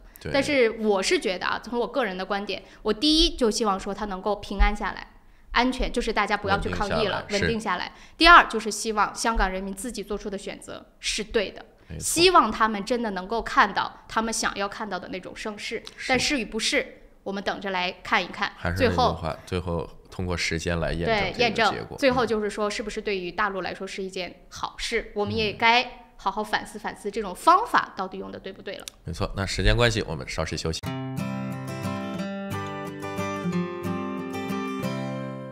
Able Music 专业钢琴及器乐学校，12年老字号，分校遍布 City 皇后街、Epsom、Botany、Henderson、北岸、Mount Albert， 1对1授课、集体课，强大师资，各种乐器比赛考级，免费乐理课，电话4446888。雪山天对岸，陶波湖畔边，风景秀丽的陶波市迎来第一家中华美食绍兴饭店，店内装饰精美，环境典雅，服务一流，全天提供中国特色菜肴、风味小吃，集中华烹饪之精华，汇南北风味之大成。陶波绍兴饭店欢迎您。地址8号 Northcroft Street 淘宝，电话0737788886。在 Snowberry， 我们正在新西兰创造真正有效的天然护肤品，并已通过黄金标准临床试验证明了这一点。Snowberry 让自然与科学完美融合。奥克兰教育中心成立于2001年，从小学1年级到13年级，课程辅导、教育咨询、升学规划、升医学院、留学美国、英国。优秀是教出来的，孩子成就最好的自己就是优秀。张老师的团队值得您的信赖，电话0962303366，0962303366。申请父母退休移民找百伦，申请投资移民找百伦，申请技术移民找百伦。百伦移民留学26年老字号，申请留学享免中介费找百伦。恭喜百伦移民留学成为奥克兰大学全球最佳代理。要留学找百伦，要移民找百伦。电话0936815588。好冷啊！来一碗春丝面，幸福不过是冬日里有一碗热腾腾的春丝面。春丝牌挂面旗下10大风味：上海阳春面、兰州拉面、四川担担面、山东拉面、山西刀削面、武汉热干面、河南手擀面、老北京挂面、重庆小面、有白发素面，总有一款合您胃口。春丝面条，中国挂面知名品牌，买挂面认准春丝牌，正品包装，足量2公斤，各大华人超市有售。石围鲜酒家，老字号的粤式餐厅，天天茶室，精美点心，推陈出新，特色小炒，时令菜式，喜宴寿桌，社团宴会，欢迎预订。530号 Princess Road Rainman。安吉勒杨为您推荐5号 Kingston Avenue Monroe 1930年代的特性 bungalow，3房加学习房和独立的客厅带壁炉，宽敞的门厅，地高景美，能看到天空塔，位于方便地段 Dominion Road 旁，走路去太平购物超市、银行、中餐馆、公交车站及其他便民设施。Dominion Road 小学就在您家背后，近 Monroe 初中、高中，开放日周6日12点到12点半，请联系杨丽萍0213383111。GPOS 世博商务20年软件开发经验，拥有数千家客户。GPOS 智能超市管理系统、餐饮系统、移动支付、网络销售。GPOS 世博商务带你进入商业管理的信息时代。电话6388-288，6388-288。大成电器为顾客提供物超所值的家用电器，专业品质、亲切服务，让顾客买得放心，用得安心，生活更舒心。欢迎莅临我们奥克兰东区展厅，092173888，2173888。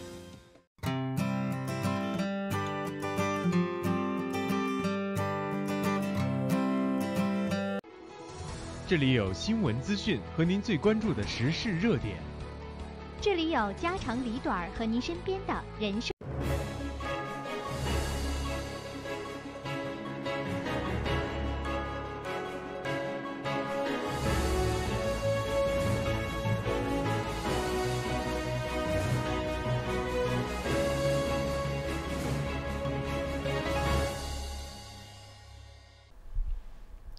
大家好，欢迎关注这一时段的整点新闻，我是志鹏。今天是2019年11月26日，星期二，农历11月初1。首先来关注新西兰新闻。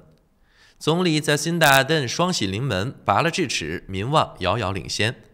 昨天对于在辛达尔顿来说是幸福的一天，他刚刚拔掉了困扰多年的智齿，正在家康复。同时，民调显示他的支持率遥遥领先对手，民望颇高。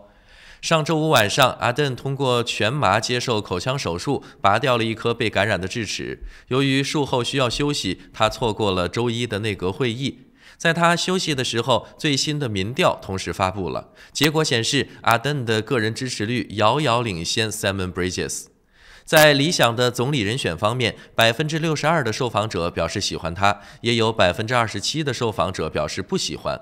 而 Bridges 的结果正相反，喜欢和不喜欢的比例分别为22%和59%。另外，在支持工党的被调查者中，高达95%的人对阿登抱有好感，只有3%的工党支持者对他没有好感。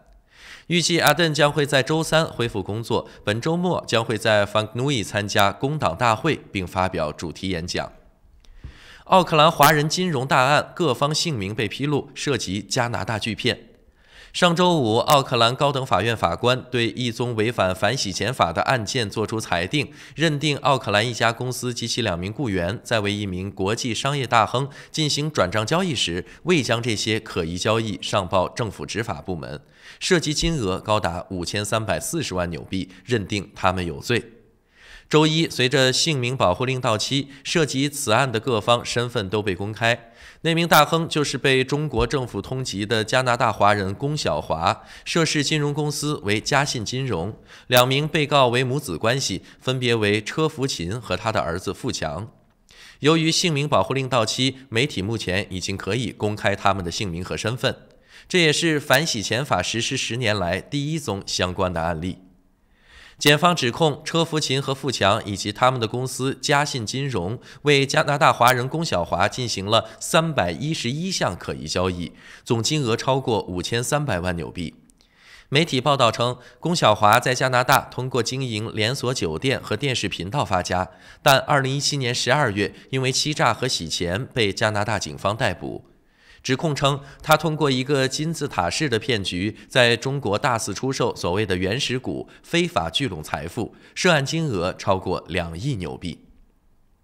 再来关注国际方面的消息，刚果金一小型飞机坠毁，已致29人遇难，16人受伤。据俄罗斯卫星网报道，24日 ，BZB 航空公司一架小型飞机在刚果金东部戈马市一居民区坠毁，死亡人数已升至29人，另有16人受伤。据报道，一架多尼尔228飞机在起飞3分钟后坠毁。最初报道称有6人死亡，但媒体随后报道发现现场有24具遗体。根据最新消息，救援人员从废墟中一共找到了29具遗体，其中7名遇难者是来自同一个家庭。据报道，所有受伤人员都已经送往医院。BZB 航空公司一共有3架直飞飞机，主要运营刚果金东北部地区的航运业务。以上就是这时段整点新闻的全部内容，是由志鹏为您编辑和播报的，感谢您的收看与收听。以上整点新闻由双子移民留学赞助播出。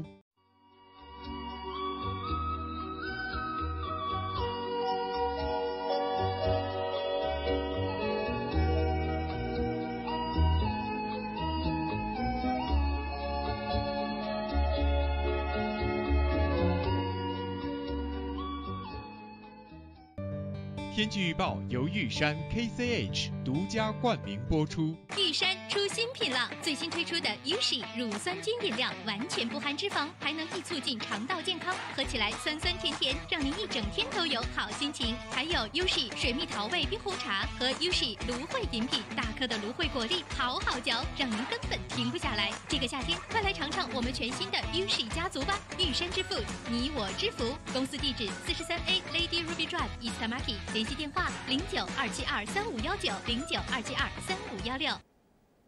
早上的8点06分，我们一起来关心一下新西兰主要城市今明2天的天气预测。以下的天气预报是由玉山食品独家冠名赞助播出的。我们先来看新西兰北岛的北部地区。经常不报雨水这样的一个状态，我也有点不太适应。但最近一段天气的状况就是这么好，基本上全部晴朗好天气，只有在 Rotorua 偶尔吧，极偶尔能够看到一点点阵雨出现。气温方面，奥克兰今天最高仍然是22度。那么北岛南部地区也全部都是晴好的天气。那么在稍微内陆一点的地方呢，这个温度会更高一些。比如说 Palmerston North 今天的最高温度就将达到24度。惠灵顿还是凉爽一些最高温度19度，最低13度。南岛的北部地区今天也全部都是晴好的天气。西海岸和东海岸的温差还是挺大的。你看西海岸最高温度基本上都是在20度以下，但是东海岸 Blenheim 的最高温度已经达到28度了。那么南岛的南部地区呢，今天则是在最南端偶有阵雨出现，但是雨势都不大，基本上也都是晴好的天气。基督城的最高温度今天也已经达到了27度，最低温度是13度。皇后镇今天是12到22度。那么到了明天呢，基本上也都是以晴好的天气为主的。那么南岛呢，会稍微有一点点阵雨出现。那么气温方面跟今天没有太大差别。奥克兰明天最高是23度，最低14度。明天惠灵顿的风不小，最高温度是18度，最低温度是13摄氏度。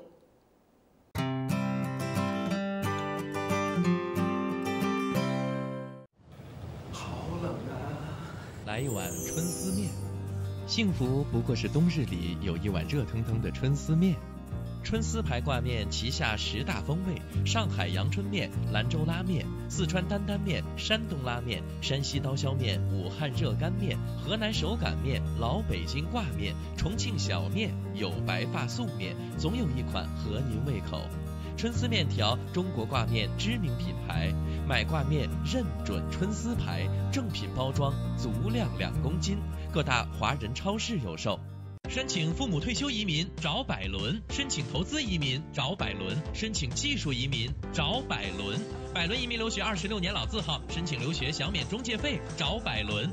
恭喜百伦移民留学成为奥克兰大学全球最佳代理。要留学找百伦，要移民找百伦。电话0936815588。富家安橱柜专业打造厨房、卫浴、衣柜产品，设计精美、实用、大方。富家安橱柜用心守护您在家的每一个角落。电话09265299265299。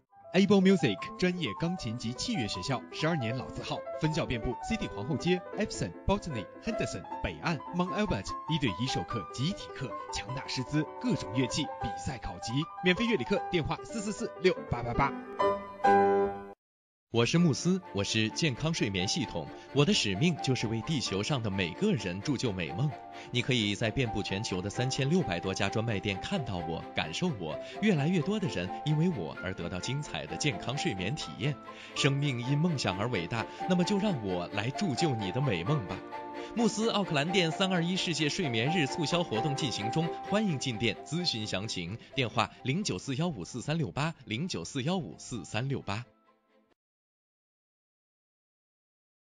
雪山天对岸，陶波湖畔边，风景秀丽的陶波市迎来第一家中华美食绍兴饭店。店内装饰精美，环境典雅，服务一流，全天提供中国特色菜肴、风味小吃，集中华烹饪之精华，汇南北风味之大成。陶波绍兴饭店欢迎您。地址8号 Northcroft Street 陶波，电话0737778886。Resin 特价优惠 ，Resin 高级油漆和木材涂料最高7折，墙纸7折，各种粉刷用具75折，让 Resin 祝您省大钱。这里有新闻资讯和您最关注的时事热点，这里有家长里短和您身边的人生百态。新闻不止一面，生活所以精彩。朝闻天下，新视野，新感觉。朝闻天下 On Air。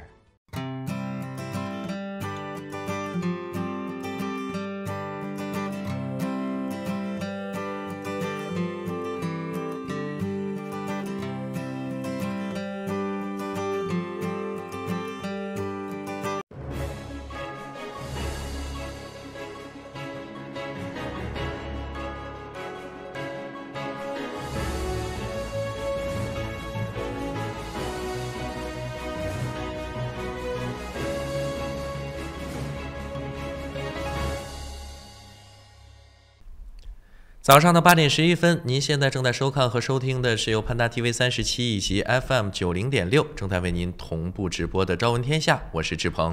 大家早上好，我是小娇。8点11分过后，开始跟大家来分享新西兰方面的新闻。哎呀，天哪！我现在已经被车包围了，我的导播、我们的主持人、我们的群友、我们的听众观众全在那边弹车，而且你们都弹出了一些跟这个新闻不是很有关系的车，这都是些什么？发散性思维嘛，就像刚才我找了一张图片，跟我们群友在群里面趁着中间广告的空档聊天，然后聊到一些这个比较怪异的车型，其中有一个车就是这个原来我在国内见过的，它最大的特点就是前脸和后屁股几乎是一模一样。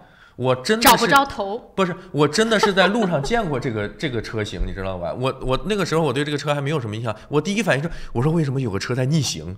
然后因为你就感觉它在冲着你开过来，你知道吧？然后后来仔细看了一下跟我是顺方向，但是后面跟前就好像长得是一模一样的。对，你可以想象一下，就是比如说我们憨豆先生看过吧？憨豆先生开的那种老款的甲壳虫，然后那个他真的是后屁股长得很像车头，然后这个有点像新款的甲壳虫，但是前脸和后面都是一模一样的那种感觉，所以开在路上也怪吓人的。所以说，如果我看到朋友在说他在现在在道路上也能看到一些奇形怪状的车，如果大家有什么看到的比如说像志鹏，这个真的是后屁股长得好像脸啊。对，经你这么一说，这个车突然就咱不聊它了。你说也有朋友没聊车，对吧？樊小白说我就没有聊车哦。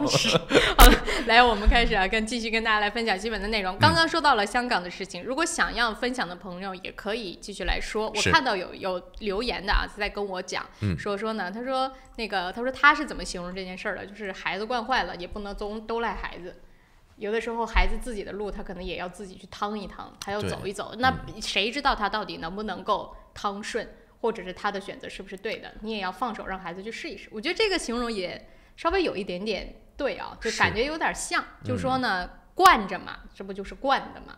当然惯好和惯坏那你也不好说，背不住你就把孩子惯好了呢，他就自己有了自己的主见，背不住人家也好了呢，这个谁知道呢？反正尝试一下也没有什么坏处，关键是你不尝。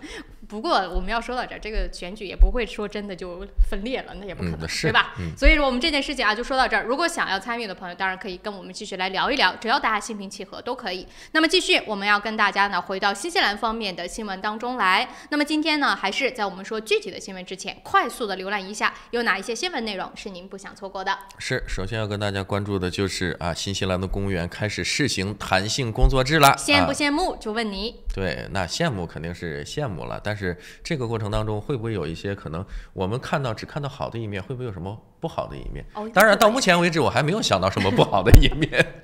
所以一会儿我们来看这个政府要准备实行的这个每周看看怎么个所谓的弹性，而且是真的很多部门开始实行了哟，所以这个羡慕是实实在在的哟。所以说一会儿我们来说一说。那么接着呢，还有就是关于说要把奥克兰港口移走这件事儿，北移的这件事儿是比较罕见的，看到了 Helen Clark 和张 Key 前总理同时发生，而且还是同时支持。当然他们俩的理由不太一样。不过呢，反正是都是表示支持的。我们一会儿再来看一看，也就是因为他俩跳出来，结果更多人跳出来了，包括了像前财长 Stephen Joyce 也出来说话了，但跟他俩的观点不一样，所以一会儿我们就此事再稍微来探讨探讨。对，咱们看看他们都是怎么说的，各自又抱有什么样的一个观点。那另外呢，也跟大家聊一聊关于这个一个法庭裁决引起了房东愤怒的这么一个事件这个房子呢是一个出租的房子，但是应该是房客给这个房子造成了损失，房东大概修花了25000纽币左右，但是最后法庭判决只赔50刀。这么大的一个悬殊，到底是怎么回事我们一会儿来详细的跟大家聊一聊这件事情。其实说出来主要的原因是想给所有的房东提个醒，就是说在面对这种事情的时候，你得怎么处理，否则可能结局会比较的悲惨。一会儿我们会跟大家来讲这件事儿这个这么大的差距已经不是比较悲惨能够形容的，是吧？来，我们接着还会跟大家来说这个港口搬不搬不知道，但是有人要搬了。谁要搬呢？就是我们华人朋友也非常熟悉的 Western Spring， 就是大家俗称的鸭子湖里面的鹅要搬家。不是鸭子湖里的鹅，你不觉得？对，是有点怪异但是我不知道这个。去过的朋友，反正我的亲身经历是说赶紧搬吧，那个地方已经没法让人去走了。所以一会儿我们会聊的关于这件事情，关于搬家的事儿。好了，那我们就一条一条的还是跟大家来说。首先就是让我们先来说一说关于弹性工作制。哇，我真的没想到这件事情发生嘞，而且这么多人响应，我是真的有点。之前我记得好像是有私企实行过，比如说就对一周4天，对吧？那人家一个公司嘛，试试嘛。对交通压力也造不成太大的这种减轻的作用。哇，这真的是这件事情。首先，为什么政府要去实行弹性工作制？你一定想不到原因。是。它原因是什么？原因是说要公平薪资。你是不是听起来这两件事情没有任何的关系？对呀，这没有道理啊！这件事谁提的？就是这位仁兄。哇，他最近想法也是像那个特斯拉那个车一样，那够科技，就够天马行空，比较科幻是吧？他就是新西兰的妇女事务部的部长，也是我们交通部的副部长，同时也是就是大家非常熟悉的绿党的这一位国会议员 Julian Genter。他就是在昨天正式宣布了，全国将会有32个公共服务部门正式开始实行弹性工作制。这个事情其实真的，我觉得咱们的这个观众听众朋友啊，也可以发表一下自己的意见，就是觉得您对这个事情您是赞成还是反对啊？关键是说理由，对吧？你只是说单纯的赞同或者反对，我觉得层次不够深。而且他就说了，说这32个部门现在已经有7个开始实施了，而且呢，已经就是正确表明立刻要参加的已经达到了15个，但是很快就会普及到32个服务部门。而且他这次规定的是这样的，就是呢，雇主将所有职位都要变成弹性工作制，除非有足够的商业理由证明不可以这样做，你才能够不变，否则必须所有的职位全部变成弹性工作制。那什么叫弹性工作制呢？这个范围就广了。怎么个弹性法？他说啊，这个计划当中是这样的，包括什么？包括比如说改变每天的工作时间，备不住不是8小时了。比如说，这个还不是说必须8小时，你可以错峰，或者必须8小时，但你错峰。总之就是每天的工作时间要变。还有，是不是可以每2周工作9天？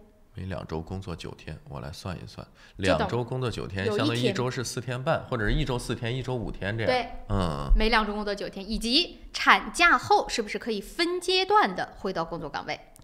那这个灵活性看来是多很多了。还有，是不是可以分阶段退休？最后还有是不是可以在家工作等等？这个我觉得每一个提法都是有槽点的。刚才我们有朋友也已经发表自己的观点了，就是说如果实行这种弹性工作制的话，效率更差，很明显。人家可是不是这样说的，人家说这种弹性工作制是为了提高效率才这么做的。那想象跟实际总会有一定的差距嘛。我反正就是人家要正式开始实施了，而且是半强制性的嘛，他不就说嘛，所有职位必须要去进行这种弹性工作制，而且也提到了，我刚才不说嘛，这件事情其实是因为什么而产生的呢？是因为性别之间的薪酬不平等作为调节这件事情的一部分而推出的弹性工作制。真的，这是驴唇不对马嘴，这是完全不挨边的事儿。只是我暂时还没有想到。对，反正我是觉得怎么能跟这个事儿连到一块儿？确实是这个性别的薪酬差别确实是有的，在新西兰也算是比较普遍吧。但是谁知道在座的我们是不是就有性别的薪资差距呢？也可能也有。对吧？但是这个说直接跟性别之间的这个薪资的差距挂钩，我个人觉得有一点牵强。反正我暂时是没想到啊。他就说呢，其中可能有一部分的原因，比如说女性可能要怀孕呀，要生产呀，你的工作的时间，或者你要照顾孩子呀。当然，现在也都很多都是自己的男性照顾孩子也有，比如说我们总理的老公不就是在 partner 啊，就是在照顾孩子嘛，照顾家里，这种也有。就我们不说不分男女吧，总之就有一方可能要在家照顾孩子，那你工作的时间就没有那么方便嘛。来，对不对？我们线上有一个朋友的电话进来，我们接听一下。早上好。您好。早志芳。早上好。哎呦，好久没有听到你的声音了呀。对，最近比较忙。你减肥成功了没？成功了，这个减了8公斤。哎呦，那挺厉害的吧？我长了8公斤，贴到我身上了。好，来，你说一说。咱们聊聊正事儿，是。对，其实就是这个弹性工作制这个东西啊。其实我只是想说一个点，就说这个弹性工作制对个人来说，其实是有益处，有益处的。是。就好像说你的工作量就是要你摘1筐果子。你早上摘，晚上摘，在自己家里摘，在别人院子里摘，其实都是一样的。别人家不让你摘，对吧？对，我们就这么说嘛。打个比方，对。但是你放在整个社会当中，其实是非常不妥的一个事情。因为整个社会它并不是说是你单个的工作量，而是一连串的工作量。尤其是对政府部门来说，它是一个环，它是一条链上的一个环。当任何人他的工作速度降慢的时候，就他的 respond 的这个回应的时间降慢的时候，会下一环的影响是非常巨大的。比如说我要提交一个申请，然后说啊，我移民官那个什么，白天不能工作，只能晚上工作。对，我移民官弹性了，是吧？对，那你让我怎么办呢？我得等他回复啊。他晚上回复，那就要拖到第二天了。那所有的东西都要拖到第二天了。是。对吧？在这种事情上，其实有一些事情上是非常不便而且非常致命的。对，而且这样再举个最简单的例子，要让咱们现在要去寄信也好，要去做其他东西也好，邮局跟你的上班时间是一样的，你下了班他也下班了，你怎么办？你互相之间有冲突。所以说，这个东西在某些程度上来说是会有一定的帮助，它也许会让政府变得工作时间延长。我们可以就有人背不住，就是想要延长，就是夜晚上工作呢，对吧？对，就是说你可能你是 OK 好，我需要有晚上工作的，对吧？但是并不代表说你对所有的环都是一个很好，尤其是新西兰一个我可以说效率比较低的一个地方。是，这其实是个很致命的一个问题。脱离这个去讨论所谓自由啊、gender balance 啊，或者说是政府的时效的延长，我是不在说的，因为你总归还是要回归到这条链上单个环上的。是的，说的非常好，谢谢莫啊，谢谢，好，拜拜，生活愉快，拜拜。对，他就提到了一个非常重要的点，就是呢，他的想法是好的，他认为这种弹性之后，就有人会喜欢弹在早上，有的人就会喜欢弹在晚上。那新西兰的人口在这儿，还有大家的生活的这种习惯在这儿，新西兰人就是这样的，就希望早9晚5，甚至希望是早6晚3。早点下班好去做自己的事情。那你说，如果你找不到愿意谈晚上的，怎么办呢？对，你的理想是好的，但是现实如果要是让某一环你找不到人了，或者说这个时间段就是没有人来工作了，那这个责任背在谁身上呢？是政府自己部长下来干。所以说，刚才这位朋友他的分析也是非常理性啊，尤其是你像政府的很多的职能部门，其实都是提供这种服务性的这种内容啊，它的这种服务内容。那你如果说你本身你时间跟我正常上班是重合的，我下班你下班，那我还能办啥呢？啥也办不了，对吧？那你也弹性了嘛，你就可以找。但是关键是我没有弹性，他弹性了，他比我先弹。那包括我还提到了，还说有这种产假后分阶段的回到工作岗位，这个我自己觉得有道理，可以接受。这个分阶段退休是几个意思？我60岁退休了，在家歇2年，63岁重新上岗，就这个意思。就是说呢，我如果要是比如说我想回来工作或者怎么样的，我就可以弹性的，不那么较真儿的。比如说他说65岁，有的人他不想退休，但是他又没有办法。体力上或者各个方面没有办法去接受这么强度的工作了，那可不可以弹性化的，比如说让他们1周只工作几天，这也叫弹性的一种嘛。而且他通过这条新闻还给大家透露出了一个数据，就说现在公务员到底在新西兰是一个什么样的状态。我看到这数据当中是说，新西兰的公务员现在平均薪水大概是77900纽币啊 ，OK， 平均的，就差不多这个状态，高一点，平均嘛，是不是中位数嘛？我明白。对，然后还有呢，就是提到说新西兰现在大概总共公共服务人员有多少人呢？是可以达到了5万人。然后就有专家在分析这种弹性工作制，他说好处就是，比如说灵活的这种工作时间，可以让那些熟练的员工啊，或者是说呢，可能家里面经常有事儿的人呢。不旷工了，他就自己可以调节他的时间，工作还能完成。然后你也不会因为他们觉得是因为工作时间太死，所以要辞去工作。可能在这方面是有好处的，但是缺点就是第一，就像刚才我们的听众说的，说到底你这个环能不能 run 起来，是不是你想象的那么的好？这是其一。其二就是说，会不会也存在这种信息被透露的风险？因为你要在家工作，或者你弹性时间工作，你一定会用到网络。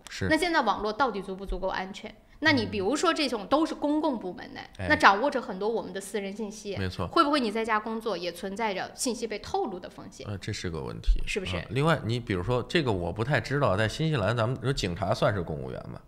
算呢，当然算。警察算公务员，那警察应该是警察要是一弹性的话，是不是这也乱套了？当然，我们就说，他说现在呢，当然如果你要能给出理由说是绝对不行的，是可以不弹性的，其余的都必须要被弹性啊。所以说这个弹性工作制本身就很弹性，对吧？就比如说像我们这种工种，你说怎么弹？上哪儿弹去？弹走鱼尾纹是吧？就说我们说开玩笑嘛，就说我们公司有那个打卡器，我说我们这种不用打卡，全奥克兰的人民，全新西兰的人民在监督大家都要看我们到底上班没上班，对吧？所以这个弹你也要看是不是有一些东西真的不适合弹。很多东西其实都是相对的，它也不是绝对的。是，好了，因为时间的关系啊，已经到8点27分了。就这件事情，欢迎大家也可以自己发表自己的观点。你的工作，就你现在正在堵在路上要去的那个工作，适不适合谈呢？谈起来你会不会觉得自己的工作效率会更高呢？可以来跟我们说一说啊。好的，那时间关系，我们这一节就暂告一个段落，稍事休息，广告之后回来接着聊。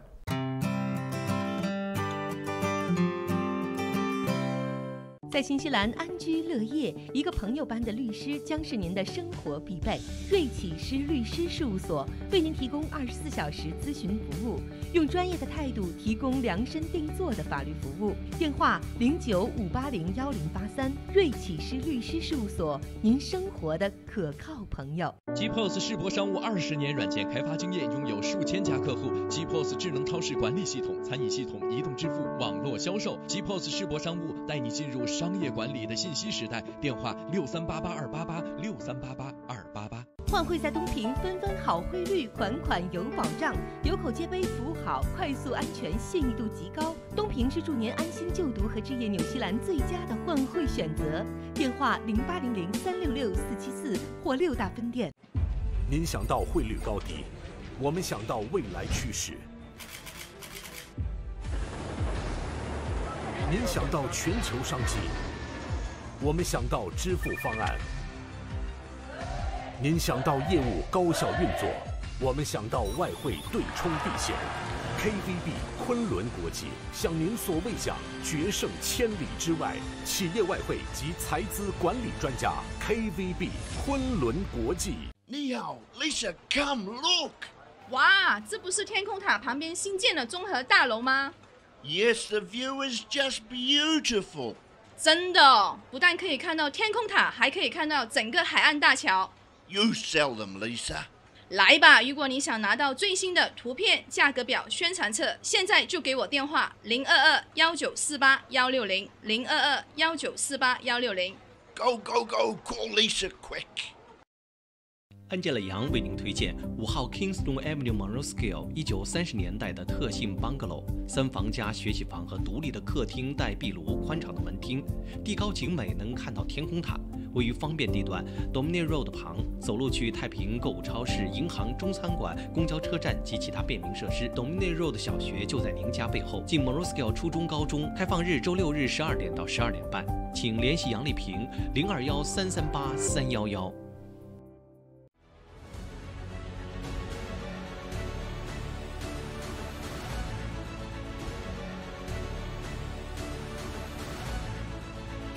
我是杨健，与您一同关注新西兰时政热点。杨议员时间每周一上午9点和晚上7点，熊猫电视台 TV37和 FM 90.6同步直播，敬请关注。是故乡吗？还是远方？在不曾抵达的风景里，百年一瞬，终与您重逢。由平安旅程携手 Panda TV37隆重推出的旅游类专题栏目《平安伴你去旅游》，带你上天入地、下海观山，了解旅游的方方面面。每周五下午5点到5点半，Panda TV37 FM 90.6同步播出，敬请关注。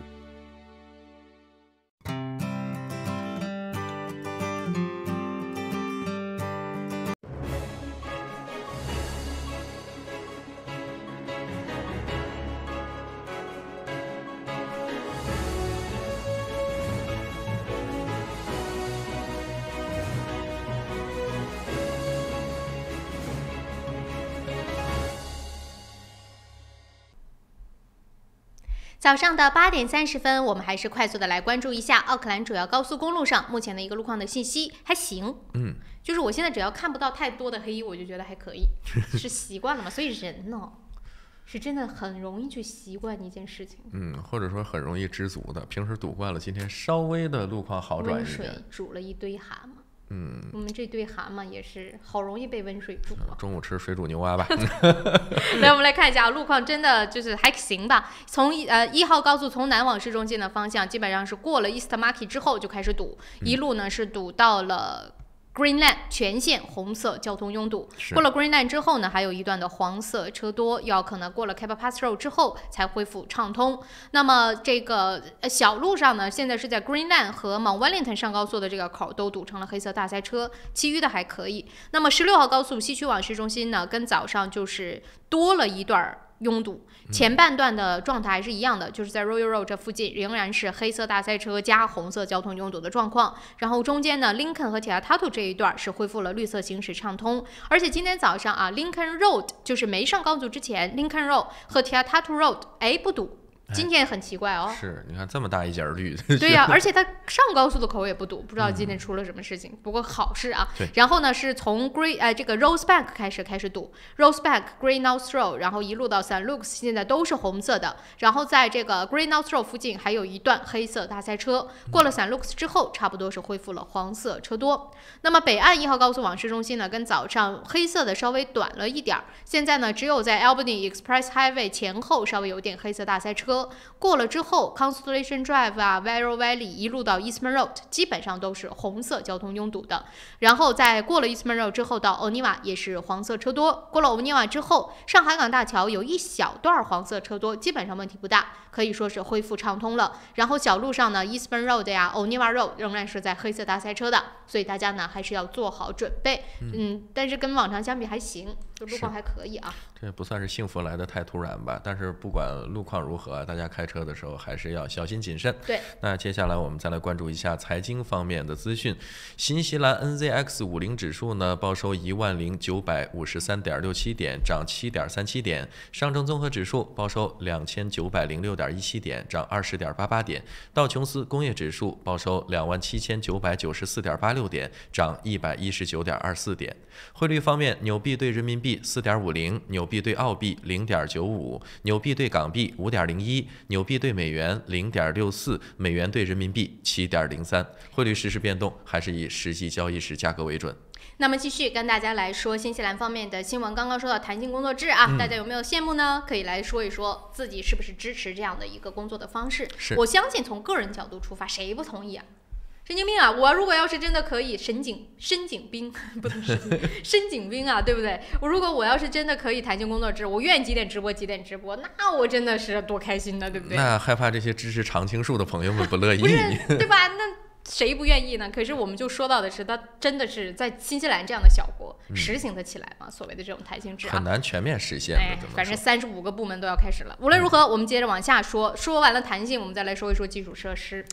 今天要跟大家来聊基础设施，一会儿会说到一条评论的文章，那个评论文章直接就说基础设施这个词儿在新西兰就是属于危险词汇，提出来可能就遭殃。这是为什么呢？一会儿我们会来聊。我们先把这个关于搬港口的事情稍微再跟大家提一提。没错，现在呢，我们的前总理 Helen Clark 以及 John Key 两位都对港口搬迁这个事情发表了自己的看法，而且呢，都是对这个事情是持一种支持的态度。虽然说两个人的这个理由各有不同。我们先来看啊 ，John Key 呢是在 Facebook 上面就写到说，转移港口是开启奥克兰作为国际一流城市巨大潜力的现实机会，我完全支持这一非常有想象力的想法。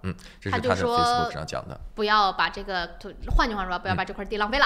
对，我们是应该更好的开发，是这样呢，奥克兰才能够跻身一线大城市的行列。没错，所以他是以这个理由。我们再来看 Helen Clark 是什么理由？是那 Helen Clark 呢，他是通过 Twitter 表示说呢，港口北移是一个很有远见的想法啊，可以给北地这边呢带来地区发展以及大量的工作机会。作为为奥克兰呢释放高价值的土地，实现远远超过现在装卸二手车场地的价值。因为我们以前跟大家说过嘛，说奥克兰其实是进口港，不对。完了，我又忘了，塔朗嘎是进口港还是奥克兰是进口港？奥克兰好像进口更多，然后哦，应该是。然后对，陶陶港是出口比较多一点。但是这2个港口也是，就是进口出口都有吧，只是相对奥克兰偏重多一点。我记得应该是这样。对，我知道，我印象应该是这样。然后现在就说嘛，他就说现在用Helen Clark 的话说，就说这个港口成天就在那装进2手车，或者是其他的这种集装箱，完全浪费掉了那么黄金的地方。说白了就是觉得这个港口现在它的这些职能有点太 low 了，是吧？不太配合我们这个奥克兰这么一个城市。咱虽然说用 John Key 的说法，我们作为国际一流城市，未来作为国际一流城市的这么一个地位，但是现在来看的话，只有这一点功能可能还是远远不够的。就在搬不搬港这件事情上，新西兰现在也是分成了非常明显的2个方面。对，就比如说支持的，就像刚才我们提到的这些缘由，就是觉得太浪费了。奥克兰那个黄金的地方干这个没有必要，就觉得赶紧搬走吧，早就应该搬，这是支持的。反对的人呢也有很多人呢，反对的原因不一样。有的人就觉得这个东西被政治化了，因为我们也知道优先党当时就说搬到 Northland 的一个原因，就是因为那是他的选区，所以很多人说这就是为了选票。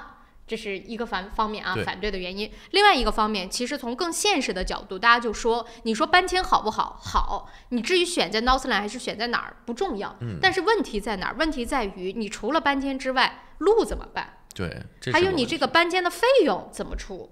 现在说是10亿，那10亿能打得住？你这不是开玩笑吗？对不对？所以他就说了，他说你就不用说别的，18公里的铁路你得花多少钱建？因为现在 Northland 完全就是没有靠铁路运输的，铁路运输占了它整个运输的才1%，其他的就靠大客车。你想，如果你要把奥克兰所有的这些装卸能力，或者你把港口全搬到 Northland， 你再从 Northland 集中向全国各地去运输，那这个压力，你光靠路，那还不得把你路整个水泥都得压坏了。是，所以说现在港口既然已经是存在了为什么你非要拆一栋建一栋，用这样的一个方式？你可以留一栋再盖一栋，对吧？对。当然了，可能按照有些朋友的想法说，我们奥克兰呢主要打造的是一个旅游地标，是吧？南半球的一个非常重要的旅游城市，那你在这儿搞一个这种工业的港口，是不是跟我们这个一部分的定位不太符合？那你可以把一些比如说这种工业方面的这个运输的这个运载能力，你给它挪到别的地方去，你在这儿作为一个旅游港口也是 OK 的，稍微改造一下，然后让它变得看起来又漂亮，然后很多游客从那儿一下来就对奥克兰有个很直观的这种。而且我们就这么说吧，就说现在政府有钱，有10个亿可以去搬，那你为什么不用10个亿去搬，而不是你说用10个亿去造一个新的港呢？就说我们花那个钱一点点来嘛。你现在有，比如说有1亿，你先投在 Northland，你先盖一点，挪过去一部分，对吧？你可把2手车移过去，就比如说我举个最简单的例子，他嫌哪个不好就把哪个先挪过去嘛，对吧？挪过去之后，你就一点点弄呗。等到它那个量出来了，它这个港口真的给你赚钱了，它自己的经济也发展上来了，那背不住它有钱了就修铁路呗。是。你为什么一定要说把这个整个的目标设成把奥克兰整个搬过去？对，咱就建一个新港。移不好嘛？然后如果奥克兰这边渐少了，能腾出一片地，我们开发一片，盖一片。这样不行吗？而且还有一个问题，就是港口其实现在养活了很多人吧，咱们就说的直白一点，你是说的没错。搬到北地区之后呢，对当地的这个经济包括就业会产生很积极的推动作用。但是你原来在奥克兰的这些港口的，咱们说各种各样的这个工种不同的这个工作人员，你让他们怎么办？难道恢复一个这种part time 的一个弹性工作制？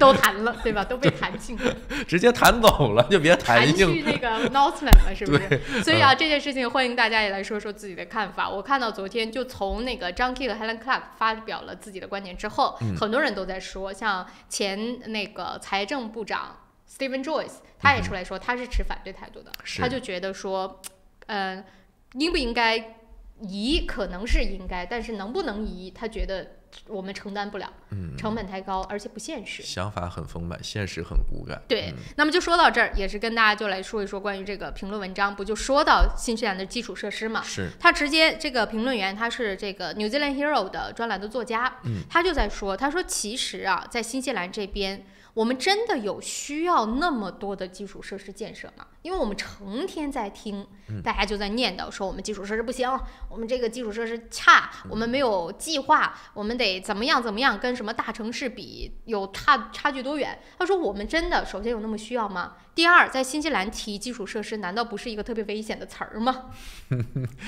这个说法有一定的道理啊。你就比如说奥克兰到底要不要建轻轨，是吧？对，港口要不要搬？包括单独为一个铝厂造一个单独的地下发电厂，我觉得有时候这些基础设施其实该建，因为你国家在发展，人口在增加，很多东西可能都是几十年前的东西，你现在远远已经跟不上我们实际的这个使用的情况了。是，你需要发展，但是也要把这个眼光放得长远一点，你要有一个比较中长期的规划，不是只看我现在这2年。打个比方说，就跟这个铝厂建发电厂似的，你在地下建个发电厂，其实尤其是在地下建，对，是吧？这个成本也挺高的吧？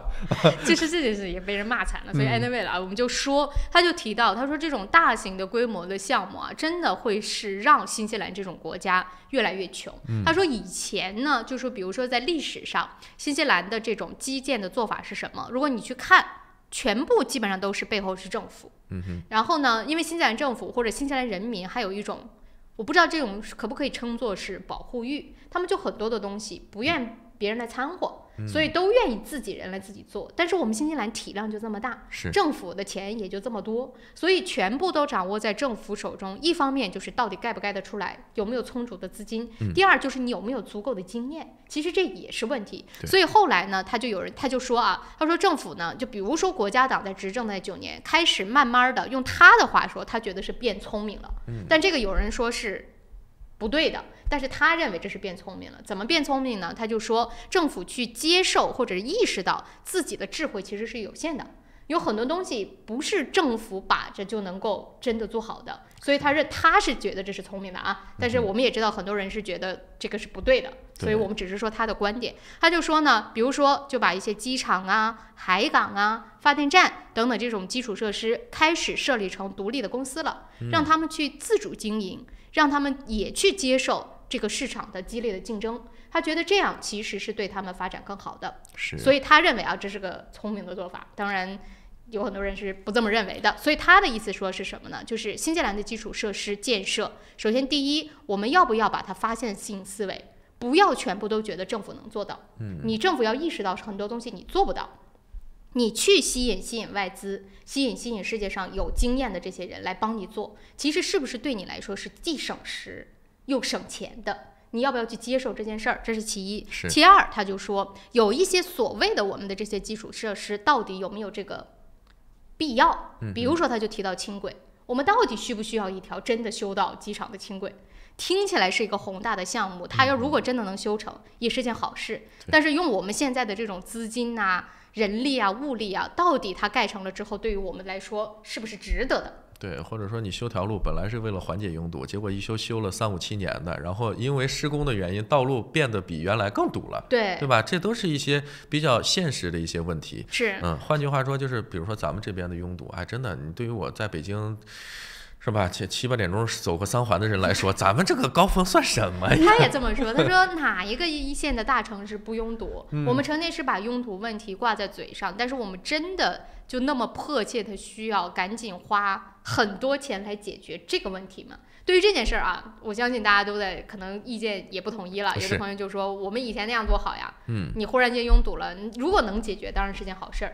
但是你说怎么样的基建才能够彻底把一个大城市的交通拥堵问题解决？是。那在那么多大城市的国家当中都解决不了，怎么到我们这儿就能解决了？这是一个怎么说呢？非常棘手的问题，不是说咱们站在这儿一画，哎，从这儿到这儿画，你手指头画一下，马上就通了，不是那么容易解决的。光说可能大家都能说，但是实际上想解决的话，必须要经过思考，而且要经过这种比较具有远见的这种规划。是，那么因为时间的关系啊，已经到8点45分了。对于新西兰的基础设施建设这件事儿，大家是不是有同样的感觉？就觉得说，在新西兰提这件事儿，其实是个危险的词儿，是既劳民伤财又解决不了问题的。我估计应该很多朋友会抱有这样的方法，但是咱们也不保证啊。时间关系，稍事休息一下，一会儿回来。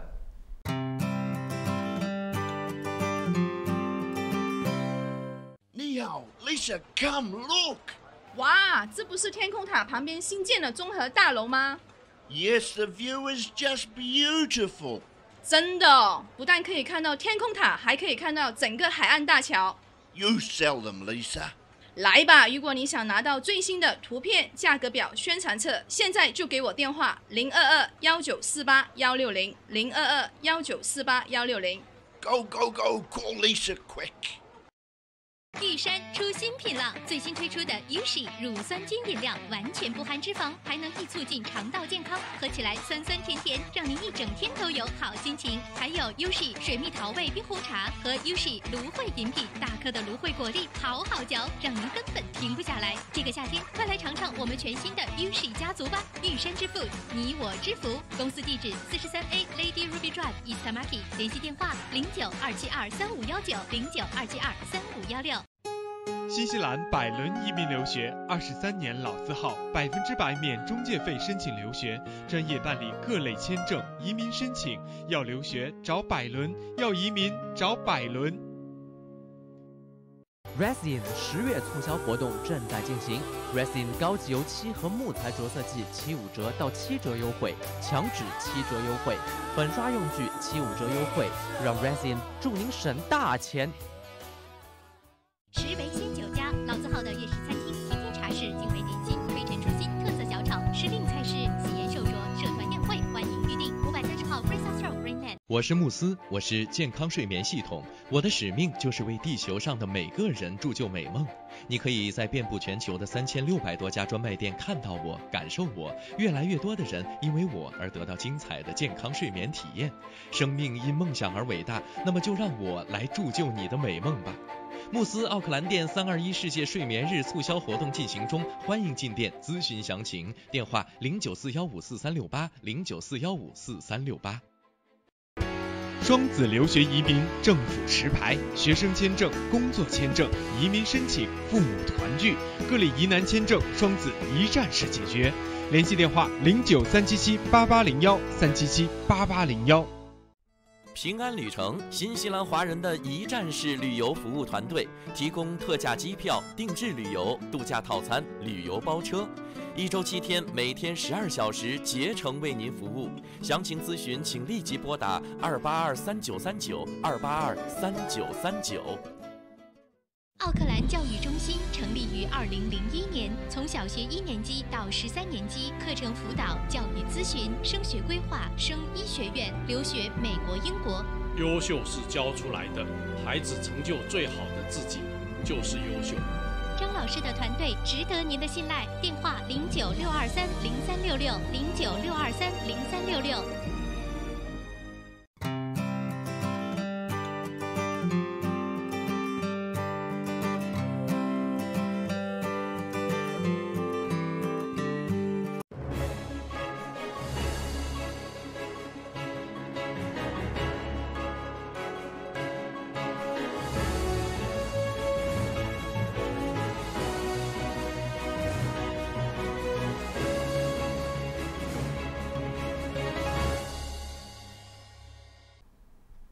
欢迎回来，早上的8点48分，您现在正在收看和收听的依然是由潘达 TV 37以及 FM 90.6正在为您同步播出的《朝闻天下》，我是志鹏。大家早上好，我是小娇。刚刚在上一节当中跟大家聊到基础设施啊，不知道大家对于新西兰的这个基础设施是怎么看的？可以来跟我们分享分享您的观点。热线电话是您熟悉的9293906。但的确这件事情啊，就是我们说在基础设施到底我们有没有能力，以及政府到底在其中扮演什么角色，这件事情上是很难去找平衡点的。就像我们说这就像左和右的这个观点，有的人就觉得说，比如就拿学校啊，我们拿最大家比较熟悉的来举例子，现在可能很多家长正在送孩子去上学，用国家党或者说我们说用他们右边的一个思维，就觉得说这个东西政府是应该去管控，但你不了解每所学校的状况，人家学校就应该有自己的自主权，你要他们自己有每个学校自己的 board，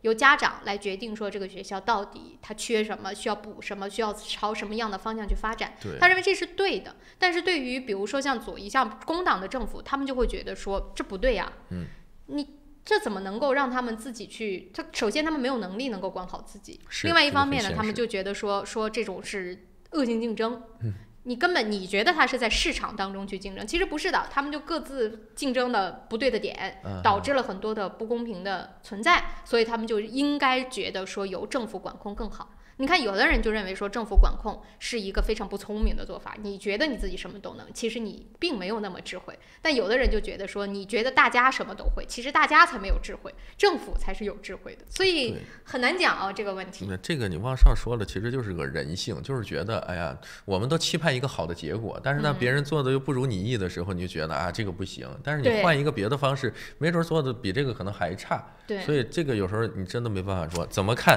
我想起来之前看过一个说过年放鞭炮，就在你们老家大连啊，记者采访就说大妈，这个过年放鞭炮，你觉得扰民不扰民？这个事儿你怎么看的？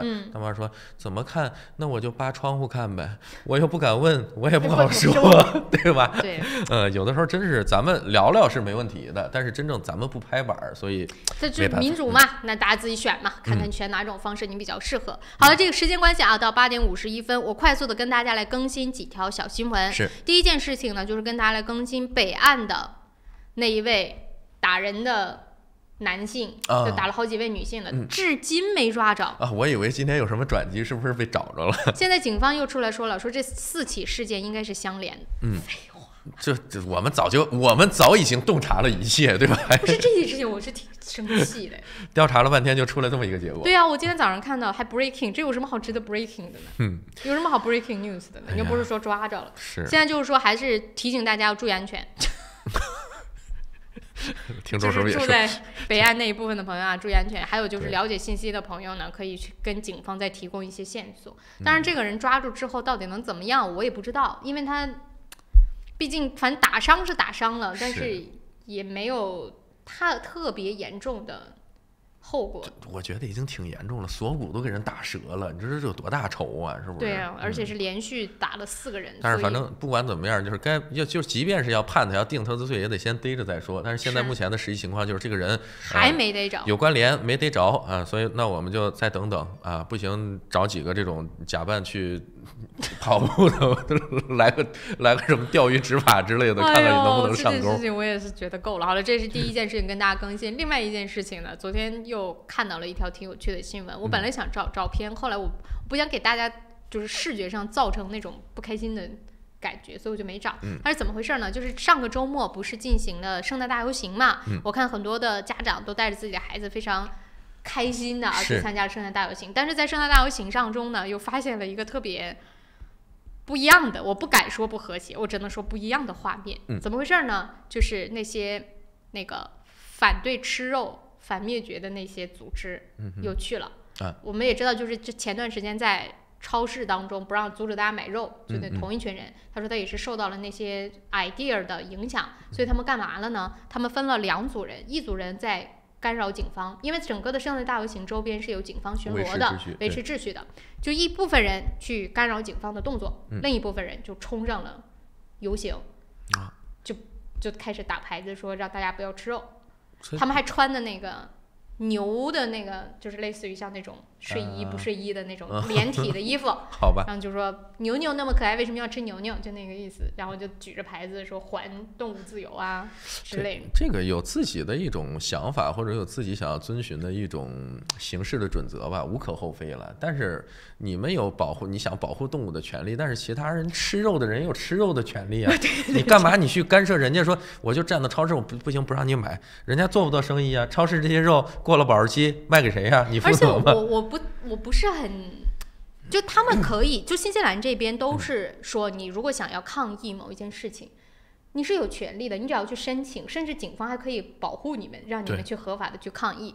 我很不能接受的就是他们去阻碍公众的这种行动，比如说你在超市当中阻止大家去买肉，或者是说你去捣乱人家的游行，然后还专门派了一部分人就是去干扰警察的，因为他们知道如果他们冲上去会被警察拽走，所以他们就派了一部分人去干扰警察，另一部分人上游行当中就各种的 go vegan， 就是大家吃素，旁边那么多孩子。对不对？这个影响确实是不太好，尤其是在这么盛大的一个活动，这么多人的一个场合，我觉得造成的影响肯定是不太积极的。对，我不是以前也跟大家说，就是我亲眼目睹的，坐在我身边的家长就在给他的孩子看，就说那个你看这些动物在农场当中多么的可怜，咱可不能吃肉啊！就我们就是就是这一切真的是发生的太多了。你说成年之后不吃也就罢了，那还在成长的阶段。现在不是中国已经开始抽细胞可以吃肉了吗？但是这个首先是怎么讲呢？处在一个科研的阶段，你真正实现量产，这个肯定比特斯拉的车上市时间花的还要长。对，这是一方面啊。另外一个就是说，它可能是一个概念，你即便是真的这种人工培养出来的时候，不是通过我杀掉这个动物出来的，它可能会说，哎，你这个是不是涉及到什么一些科学伦理啊，什么这样那样的问题？它总会有一个说辞的吧？啊，那说人造出来的肉吃起来没有灵魂。对不对？有没有人这样说？我不敢保证啊，真的不敢保证。你抽取了我的灵魂的一部分，是不是？所以这东西，哎呀，我真的是觉得很难说。所以我就把这个新闻啊，快速的跟大家来稍微更新一下。好了，时间关系啊，我看到有朋友在讲说人是杂食动物，我就是觉得你去和平的发表自己的观点，怎么发表都行。对，不要用这种方式。是。真的是很低级的，你还去派人干扰警察的行动，而且同时他们星期六又去了很多的超市，我估计可能有的朋友在超市看到了。现在其实新西兰人也有一部分人受不了了，就直接上去就阻止他们，让他们走，就是说你干扰公共秩序了嘛，你是不行的。所以说啊，这件事情我也快速跟大家来说一说。不过时间关系，已经到了8点57分了，我们再稍作休息一下。一段整点新闻回来之后呢，其实还有一件事儿也是特别重要的，要跟大家来说，就是房东和房客现在出了个案子，就说房东呢花了2.5万，但是呢，这个仲裁法庭只要求房客赔50纽币。是这件事情很值得给房东提醒啊。对，一会儿回来之后我们再接着聊。好了，时间关系，稍事休息，咱们9点之后再见。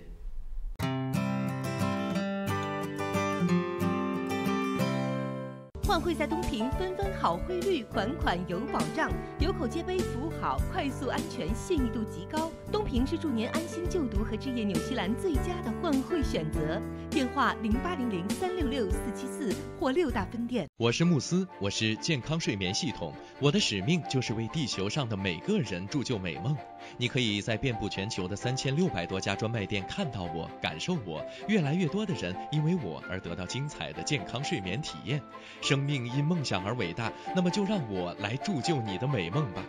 慕斯奥克兰店321世界睡眠日促销活动进行中，欢迎进店咨询详情。电话0941544368 0941544368。您想到汇率高低，我们想到未来趋势。您想到全球商机，我们想到支付方案。您想到业务高效运作，我们想到外汇对冲避险。KVB 昆仑国际向您所未想，决胜千里之外。企业外汇及财资管理专家 KVB 昆仑国际。新华移民留学专注专业个性化，敬业高效18年。新华移民留学电话3798181，移民留学就找新华。奥克兰教育中心成立于2001年，从小学1年级到13年级，课程辅导、教育咨询、升学规划、升医学院、留学美国、英国。优秀是教出来的，孩子成就最好的自己就是优秀。张老师的团队值得您的信赖，电话0962303366 0962303366。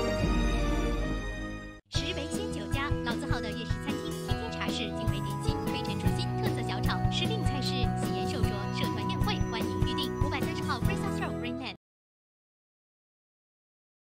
雪山天对岸，陶波湖畔边。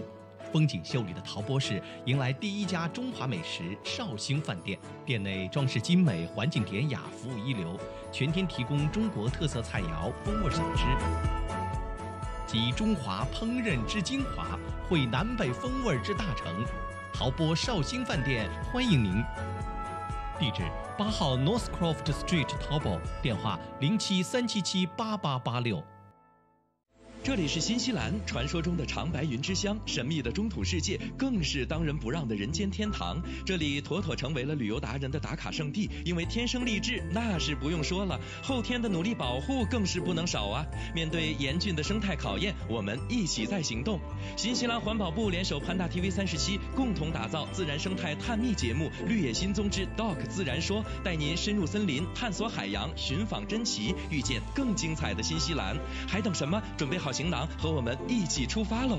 周3早上9点半，熊猫电视台 TV37和 FM 90.6以及网络频道同步播出，敬请关注。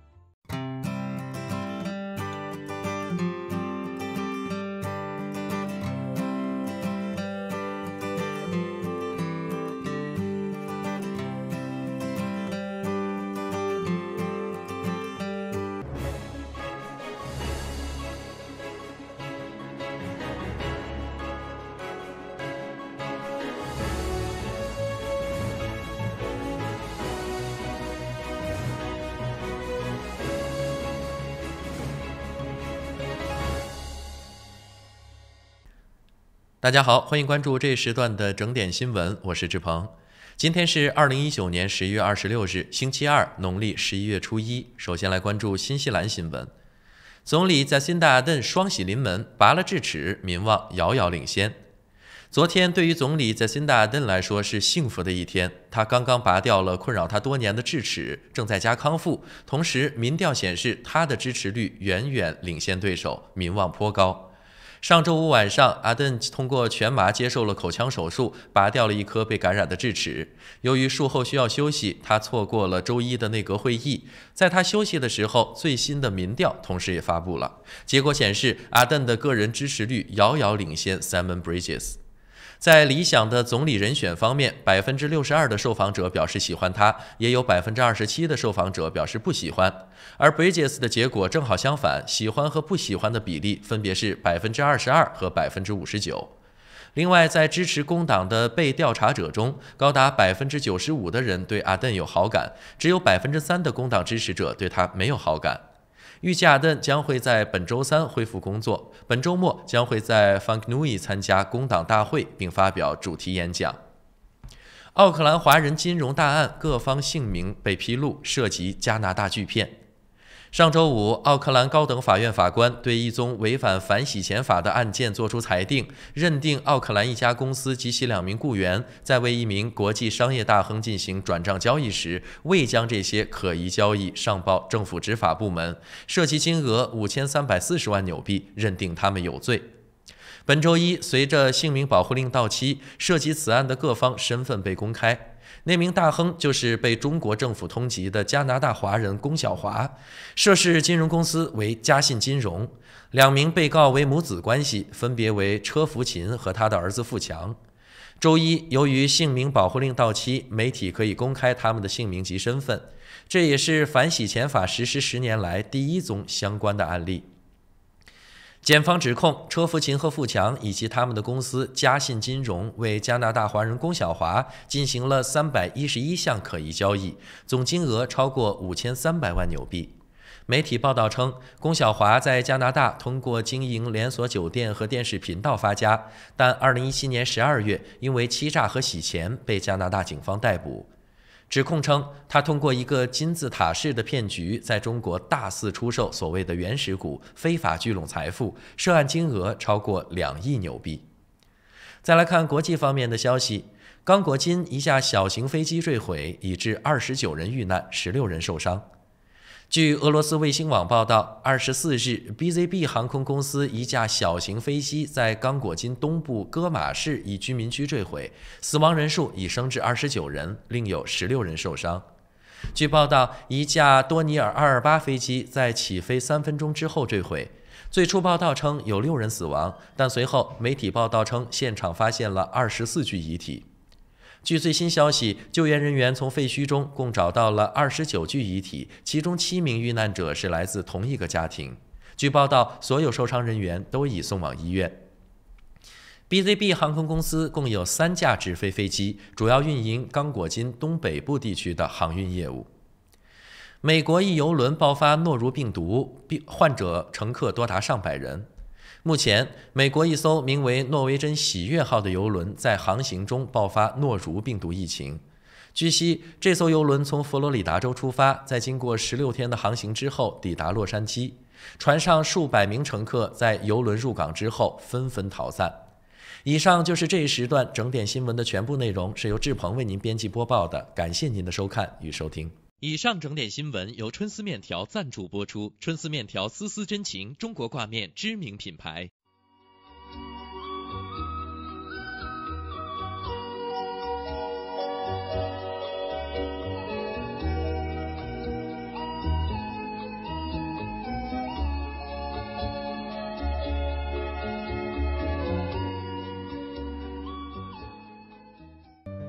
天气预报由玉山 KCH 独家冠名播出。玉山出新品了，最新推出的 USHI 乳酸菌饮料，完全不含脂肪，还能易促进肠道健康，喝起来酸酸甜甜，让您一整天都有好心情。还有 USHI 水蜜桃味冰红茶和 USHI 芦荟饮品，大颗的芦荟果粒好好嚼，让您根本停不下来。这个夏天，快来尝尝我们全新的 USHI 家族吧！玉山之父，你我之福。公司地址43A Lady Ruby Drive East Market， 联系电话0927235519，0927235516。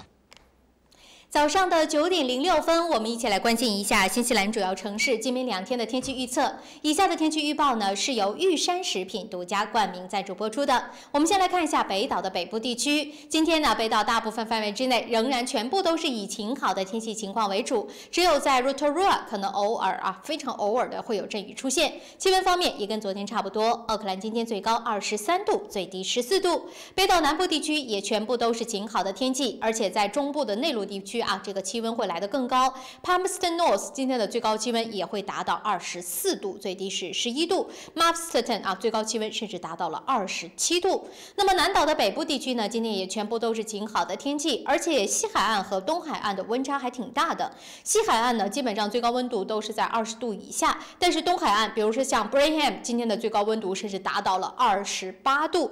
那么南岛南部地区呢，今天则是在最南端会有一些阵雨出现，但是绝大部分仍然还是晴好的天气。基督城今天的最高气温也是达到了27度，最低13度。皇后镇今天的温度是12到22度。我们再来看一下明天，新西兰全境基本上也都是晴好的天气，只有在南岛南部可能偶有阵雨出现。气温方面跟今天差不多，奥克兰明天是14到23度。明天惠灵顿的这个风会稍微来说有点大，气温方面13到18度。基督城12。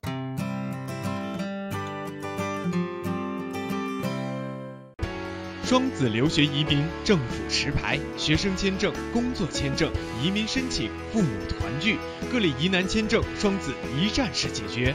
联系电话09377881，3778801。申请父母退休移民找百伦，申请投资移民找百伦，申请技术移民找百伦。百伦移民留学26年老字号，申请留学享免中介费找百伦。恭喜百伦移民留学成为奥克兰大学全球最佳代理。要留学找百伦，要移民找百伦。电话0936815588。在新西兰安居乐业，一个朋友般的律师将是您的生活必备。瑞启诗律师事务所为您提供24小时咨询服务，用专业的态度提供量身定做的法律服务。电话0958011083。瑞启诗律师事务所，您生活的可靠朋友。Resin 10月促销活动正在进行 ，Resin 高级油漆和木材着色剂75折到7折优惠，墙纸7折优惠，粉刷用具75折优惠，让 Resin 助您省大钱。换汇在东平，纷纷好汇率，款款有保障，有口皆碑，服务好，快速安全，信誉度极高。东平是助您安心就读和置业纽西兰最佳的换汇选择。电话0800366474或6大分店。好冷啊！来一碗春丝面，幸福不过是冬日里有一碗热腾腾的春丝面。春丝牌挂面旗下10大风味：上海阳春面、兰州拉面、四川担担面、山东拉面、山西刀削面、武汉热干面、河南手擀面、老北京挂面、重庆小面，有白发素面，总有一款合您胃口。春丝面条，中国挂面知名品牌，买挂面认准春丝牌，正品包装，足量2公斤，各大华人超市有售。周一聊天室带您尽览天下大事，新闻事件深度解析，全球消息尽在掌握。一起相约周一聊天室。每周一下午4点，熊猫电视台 TV37和 FM 90.6同步直播，敬请关注。是故乡吗？还是远方？在不曾抵达的风景里，百年一瞬，终与您重逢。由平安旅程携手 Panda TV37隆重推出的旅游类专题栏目《平安伴你去旅游》，带你上天入地、下海观山，了解旅游的方方面面。每周五下午5点到5点半，Panda TV37 FM 90.6同步播出，敬请关注。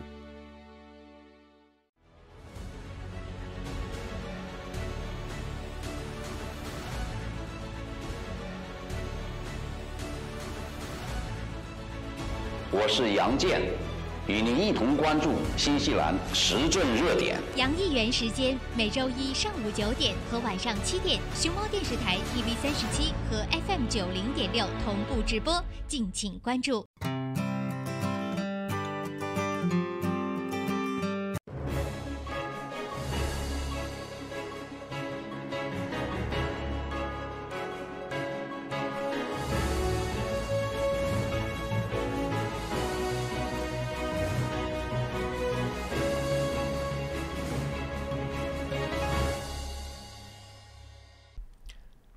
好的，早上的9点11分，您现在正在收看和收听的依然是由潘达 TV37以及 FM90.6正在为您同步直播的《朝闻天下》，我是志鹏。大家早上好，我是小娇。那我们继续跟大家来分享新闻的内容。我刚刚看到了一个 breaking news， 让我看一眼是什么事情？就是我们这一边说着新闻其实我们一边也在注意着有什么最新的事情发生。什么事情？这个没有，是关于 Lotto 的。我跟大家说个结果，我就看到了标题，稍微跟大家提一句，就说上次不是说那个中了1820万的那是谁不知道吗？现在知道了，是有一对夫妻去海滩上去度假，结果呢就买了一张彩票，中了1820万。我看到我们导播因为上周六出来的时候，大家就在说还不知道这个彩票的中奖人是谁，结果看到了就报了。看来出去旅游的时候买一张有说是我们新西兰本地人还是没有？等会儿我可以点进去稍微给大家看一眼这个我看是不是。当然这个事情是本地人，是奥克兰西区的本地人，然后呢他们就去沙滩上去度假。就在那边买了张莎士比亚公园，我也总去，但是对，你也看到了，对，我有看到，但莎士比亚公园我也总去，但是我为什么有时候连孔雀都看不到，更别说买彩票中奖他就是去莎士比亚公园去旅行，然后就中了一张1820万。好吧，再次祝贺他们吧。那这件事情跟大家说到这儿那么在刚才上一节当中呢，跟大家分享了很多新闻的内容，提到了关于这个政府要开始弹性工作制了。如果没听到的朋友，稍微说一两句他的意思就是说，政府的35个部门将会从大概差不多到明年年底吧，这35个部门就会正式都开始实施了。现在已经有17个加入了，就是弹性工作制。弹性工作制包括了，比如说每天上班的时间不一样，包括了是不是可以这个2周工作9天，等于说可以1周4天半，或者1周5天，1周4天，然后再加上休产假弹性的休，还有呢退休也可以弹性的退，甚至是可以在家工作。不知道这个试行完了之后结果如何？政府的意思是说，如果政府部门公务员 OK，那就可以普及了，是大家都可以弹性了。乍一看这么一个 Q 弹软糯的上班制度还是挺吸引人的，对吧？但是吃到嘴里之后到底是什么味儿，那恐怕是只有真正你实行了之后才知道。你这个形容的好贴切，Q 弹软。我也想我们的工作是 Q 弹软糯，我想几点直播就几点直播，你们根本抓不到我的规律，对吧？是，虽然这个事儿我也想了，虽然我长得不好看，但是我想得美呀。还有这个刚才也提到了关于基础设施的建设，现在是说我们的前总理张 Key 和 Helen Clark 同时表示了说支持奥克兰来搬港，搬到这个北地区。但是呢，很多人就在担心说新西兰的基础设施这件事儿想得挺好，但是这个词儿对于新西兰来说很危险。贝尔评论在说，他就说呢，成本太高，是我们承担不了。还有就说呢，说政府的这个理念也很可怕，就觉得自己什么都会，其实智慧根本不够，就这意思所以这都刚才说到的新闻，以及呢，我们在上一节也跟大家提到了北岸的那一位还没抓到，对吧？就是袭击女性的。是不是有看到可以跟警方再提供线索，看到底什么时候能把他抓到？还有呢，就是提到在这个圣诞大游行当中去抗议游行的反吃肉的这群人，他们应该叫什么呢？纯素食主义者。对，应该可以这么说吧。素食者，因为我其实也是最近这1-2年我才知道，也分很多种，有的是真的一点这种，连牛奶都不喝，对，牛奶都不喝，鸡蛋也不吃。对，那你人体你由蛋白质构成的，你不摄取这些东西，他们就吃 nuts。吃那个坚果类的，然后豆制品来补充相对的这些东西，像还有的连那个五谷杂粮，都不是就是那种什么就调料都不吃，他们都算是婚嘛。给他们唱一首我要成仙法力无边，好吧。当然我看到我们群里的朋友也在聊这件事儿，说现在有的学校的老师也在教小朋友们说不要吃肉啊，不要开空调呀，不要开车呀。你看是不是我的担心是有很多朋友跟我一样的。我那天就看到旁边的那个家长，哇，我的心当时就一揪。什么事情我觉得都不要矫枉过正为好，对，就适度，对吧？任何事情我觉得这个标准放之四海而皆准。你大到搬个港口，小到家里吃顿饭，我觉得什么东西都是适度了就好。我发现你今天特别智慧啊，是吗？其实在发光。其实我到早上起来这中间只睡了3个多小时，是不是因为睡眠少反而脑子好使？是吧？别在那边传递这些错误的信息。这个开玩笑说的啊。但是就是说，你看是不是一件很令人担心的？就现在很多的啊，就是说教导，就像我之前也说嘛，说不要坐飞机。我看到纽航现在还有很多的航空公司也在做这件事儿，就说你这一趟飞机大概有多少碳排放量，比如说你捐多少钱，或者说你种多少棵树，能够综合你的碳排放量。我觉得这个就是很好的，这个是好的，对，而且是怎么讲，比较合理跟可实现的。对，你完全你说以后大家出门全要不蹬自行车，对吧？要不然你就出海了，就纯用这种风力的帆船，你出港都是个问题。但是纯风力的那个帆船，前段时间就格雷塔的那条新闻，大家不也听到吗？那船本身你也不是环保的呀，是碳纤维的那个比炼钢耗费的这个碳排放还要多很多。所以真的就是这句话，有的时候就像刚才池鹏说的，什么东西都不要矫枉过正，而且教育这个话题啊，是真的很重要的。对于很多的国家的年轻人，你的这个教育怎么样去跟他说，你是真的会影响到他的一生的。没错，就是你现在比如说学校的老师在教导孩子不吃肉，他就会觉得家长回家之后，他就会觉得你家长无知。你知道现在最先进的思想是什么吗？孩子回去就会跟家长这么说，你不懂。人家现在都不是要求，就是都不提倡吃肉。你们这些老思想还吃肉，你们能跟上时代吗？吃肉那哪能？那不时尚、不先进、不流行，对不对？所以你这种东西啊，你真的，你想，你密思极恐啊！你这孩子以后会什么样子，很可怕。我有的时候跟家人就开玩笑的在说以后我有孩子，如果我的孩子哪天回来跟我说你个老古董，你什么都不懂，哇，我要怎么办？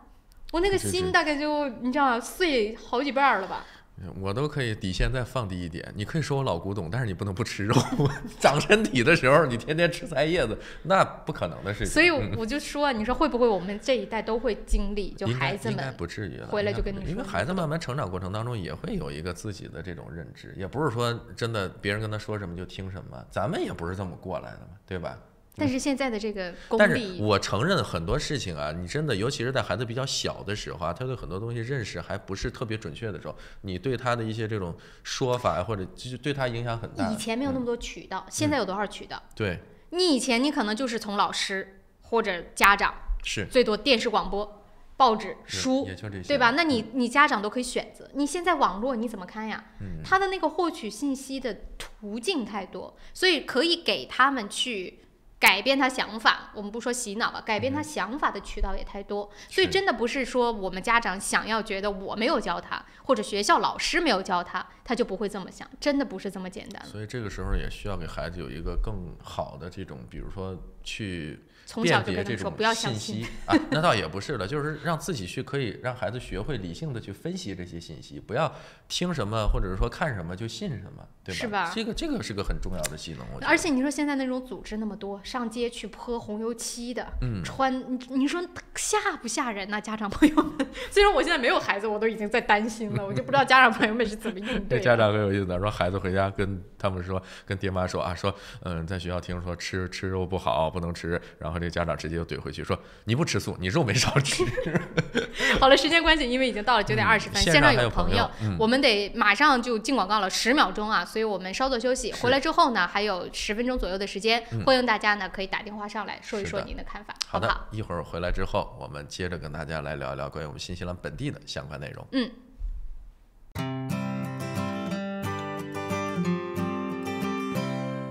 你好 ，Lisa, come look. 哇，这不是天空塔旁边新建的综合大楼吗 ？Yes, the view is just beautiful. 真的，不但可以看到天空塔，还可以看到整个海岸大桥。You sell them, Lisa. 来吧！如果你想拿到最新的图片、价格表、宣传册，现在就给我电话022-1948-160，022-1948-160。Go, go, go, call Lisa quick. 大成电器为顾客提供物超所值的家用电器，专业品质、亲切服务，让顾客买得放心，用得安心，生活更舒心。欢迎莅临我们奥克兰东区展厅，092173888，2173888。在 Snowberry， 我们正在新西兰创造真正有效的天然护肤品，并已通过黄金标准临床试验证明了这一点。Snowberry 让自然与科学完美融合。富家安橱柜专业打造厨房、卫浴、衣柜产品，设计精美、实用、大方。富家安橱柜用心守护您在家的每一个角落。电话092652969，2652969。石围鲜酒家，老字号的粤式餐厅，天天茶室，精美点心，非常出新，特色小炒，时令菜式，喜宴寿桌，社团宴会，欢迎预订。530号 Fraser Road Greenland。Resin 10月促销活动正在进行 ，Resin 高级油漆和木材着色剂75折到7折优惠，墙纸7折优惠，粉刷用具75折优惠，让 Resin 助您省大钱。立冬换汇，诚信、安全、可靠、保密，加上专业的理财经验，欢迎来电5228698，5228698，门前有大量停车位，地址1号 Kenneth Street Newmarket。GPOS 世博商务20年软件开发经验，拥有数千家客户。GPOS 智能超市管理系统、餐饮系统、移动支付、网络销售。GPOS 世博商务带你进入商业管理的信息时代。电话6388-288，6388-288。奥克兰教育中心成立于2001年，从小学1年级到13年级，课程辅导、教育咨询、升学规划、升医学院、留学美国、英国。优秀是教出来的，孩子成就最好的自己就是优秀。张老师的团队值得您的信赖。电话096230366，096230366。孩子成就最好的自己。这里是新西兰，传说中的长白云之乡，神秘的中土世界，更是当仁不让的人间天堂。这里妥妥成为了旅游达人的打卡圣地，因为天生丽质那是不用说了，后天的努力保护更是不能少啊。面对严峻的生态考验，我们一起在行动。新西兰环保部联手潘大 TV37，共同打造自然生态探秘节目《绿野新踪之 Doc 自然说》，带您深入森林，探索海洋，寻访珍奇，遇见更精彩的新西兰。还等什么？准备好行囊，和我们一起出发喽！周三早上9点半，熊猫电视台 TV37和 FM 90.6以及网络频道同步播出，敬请关注。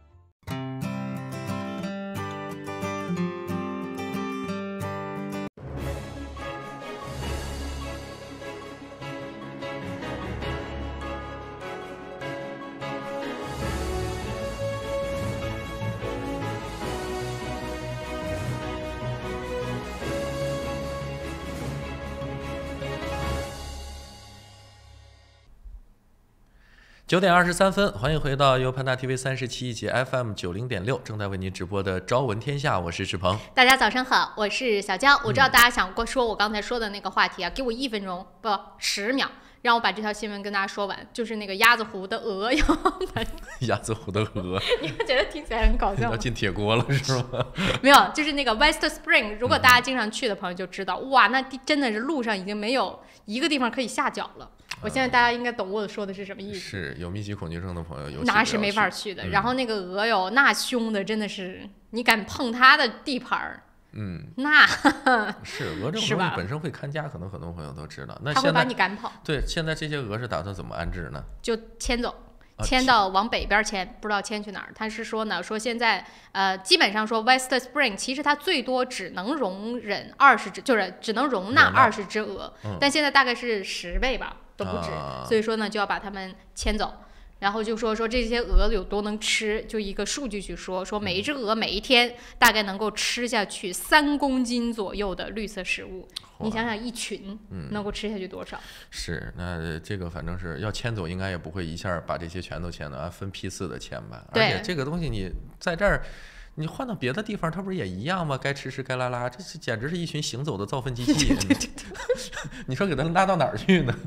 分散开吧，新西兰这么大，别可着一个地方，你知道？别可着一个地方霍霍。就为什么可着一只羊薅羊毛嘛？是不是就那个意思？是。所以就说呢，要把他们调走了，那么调走搬家，给他们搬家。所以就提醒大家，因为我知道华人朋友很爱去 West Spring， 就这段时间呢可能会有一些限制，然后呢会有关门。哎，我倒是有一个好主意，让他们也实行弹性工作制，有的上白班，有的上夜班，有的白天吃，有的黑天吃，是吧？开玩笑了啊，这个事情算是跟大家说过了。是，好了，就告诉大家一声。那么对于刚才说的话题，大家想说的可以打电话上来说。我看到有个朋友啊，这突发奇想，他说的这个还蛮搞笑的。他说，如果在现在这个年代，谁能把狮子老虎训练的吃素，就能得诺贝尔奖吧。哎呀，这简直是个世界性的课题。所以大家可以来分享啊，就是我刚才提到，比如说像孩子受到了很多的组织啊，或者说网络上啊，或者是他从各个地方获得的讯息的一种影响，是你是作为家长怎么样去控制，或者是去教育自己很实在的一个这种很现实的问题，就是他这种天性你是很难去改变的。老虎不吃肉，这个不可能。人本身杂食性动物，你让它只吃一种单一的东西，咱又不是鹅，是不是？一天光吃这个3天棵的草。对呀。好，那么说完了这个，说对孩子的影响，还有一条新闻也快速跟大家来说完。完了，电话来了，说不了。好了，电话接起来吧。早上好。早上好。哎，主持人好。早上好，2分钟给你啊。先谈一下这个弹性的这个工作日哈，工作时间是。那么相应的，而且他要求的是政府官员哈，没有要求的其他的这个别是吧？那么我就想提出一个问题，就是如果弹性的工作日和工作时间是否要配合着弹性的工作责任呢？哎，还有弹性的工资呢？对呀，对吧？对。就是这样子啊，你可以啊，都可以啊，没问题啊，我欢迎啊。但是你的责任，现在咱们知道，咱跟他们办点事儿多难呀，带弹性哦，好家伙！而且关键就是这个弹性谈到什么叫弹性？就这个弹簧啊，你是能拉多长？有没有一个指标给我？对不对？而且拉崩了，那个像皮筋儿一样崩断了怎么办呢？我跟你讲，康嫂干一件事情特别积极，除了收地税，啊，除了这件事以外，通通都不行。什么那个，我觉得去什么检查你有没有符合什么 building consent、resource consent 也挺积极的，入税收的也挺积极的。那些东西都得提前预约，不是不是，只有地税是有一天，你哪天有一个 due day 嘛，你过了一天就罚你，就罚你10%啊，是啊，对我过了一天就罚我10%。你说是，我就是说，这个效率是不是可以弹性一下？对，也给我们弹出个10天20天的，是不是？哎，好建议。第一个，第二个，说那个，你说那个吃素还是吃肉的这个问题啊，我觉得呢，就是很简单，就是说，大家如果都吃素了，这有一个问题，就是你看你刚才说那个什么那个坚果之类的这些，它需要一个周期长，它也需要一个周期长，它确实没有这个肉质动物它长得快，这肯定的，不是，我忽然想起一个笑，所以你说是，还有一个我的亲身经历哈，就是那天我想要那个吃，不能说想要吃素吧，就是说我确实点了一个菜比较多的那么一个卷儿，你知道吧？那里头确实没2块肉，你知道吧？花了我大概10几块，你知道吧？10几块我吃完了以后2小时我就饿了，我又花了10几块吃了个正菜，不扛饿。你说我这10几块，你说我这10几块是不是就白花了？我那天我就觉得这一天好像要灰色，都花了10几块。是，好，非常感谢您的分享啊！好，小心开车，哎，拜拜。真的是，这也是个问题。吃素贵呀！对呀，我就是想说这是个问题。你吃素，你跟吃肉花同样的钱，你吃不饱，你这一天得多吃好几个。青椒土豆片，你才能吃得饱。青椒土豆片这么硬的菜。好吧，也非常感谢刚才这位朋友跟我们分享他的看法，确实是也是角度非常的清晰，当然也是很有建设性。好了，时间关系啊，我们得稍作休息一下。一段广告回来之后呢，我们要跟大家隆重推出2020年的新春花式同仁日就要来了，没错。所以作为主办方的我们以及开路，接下来会跟。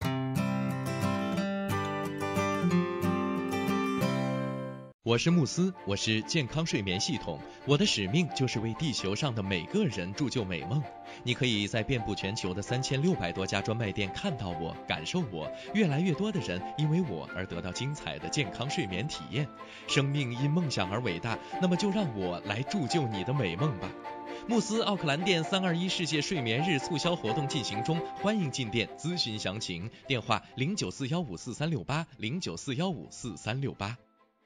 玉山出新品了，最新推出的 Ushi 乳酸菌饮料，完全不含脂肪，还能易促进肠道健康，喝起来酸酸甜甜，让您一整天都有好心情。还有 Ushi 水蜜桃味冰红茶和 Ushi 芦荟饮品，大颗的芦荟果粒好好嚼，让您根本停不下来。这个夏天，快来尝尝我们全新的 Ushi 家族吧！玉山之父，你我之福。公司地址43A Lady Ruby Drive East Tamaki， 联系电话0927235519，0927235516。大成电器为顾客提供物超所值的家用电器，专业品质、亲切服务，让顾客买得放心，用得安心，生活更舒心。欢迎莅临我们奥克兰东区展厅，092173888，2173888。您想到汇率高低，我们想到未来趋势；您想到全球商机，我们想到支付方案。您想到业务高效运作，我们想到外汇对冲避险。KVB 昆仑国际向您所未想，决胜千里之外。企业外汇及财资管理专家 KVB 昆仑国际。新华移民留学专注专业个性化，敬业高效18年。新华移民留学电话3798181，移民留学就找新华。周一聊天室带您尽览天下大事，新闻事件深度解析，全球消息尽在掌握。一起相约周一聊天室。每周一下午4点，熊猫电视台 TV37和 FM 90.6同步直播，敬请关注。是故乡吗？还是远方？在不曾抵达的风景里，百年一瞬，终与您重逢。由平安旅程携手 Panda TV37隆重推出的旅游类专题栏目《平安伴你去旅游》，带你上天入地，下海观山，了解旅游的方方面面。每周五下午5点到5点半，Panda TV37 FM 90.6同步播出，敬请关注。石围鲜酒家，老字号的粤式餐厅，天天茶室，精美点心，推陈出新，特色小炒，时令菜式，喜宴寿桌，社团宴会，欢迎预订。530号 Princess Road Rainman。这里有新闻资讯和您最关注的时事热点，这里有家长里短和您身边的人生百态。新闻不止一面，生活所以精彩。朝闻天下，新视野，新感觉。朝闻天下 On Air。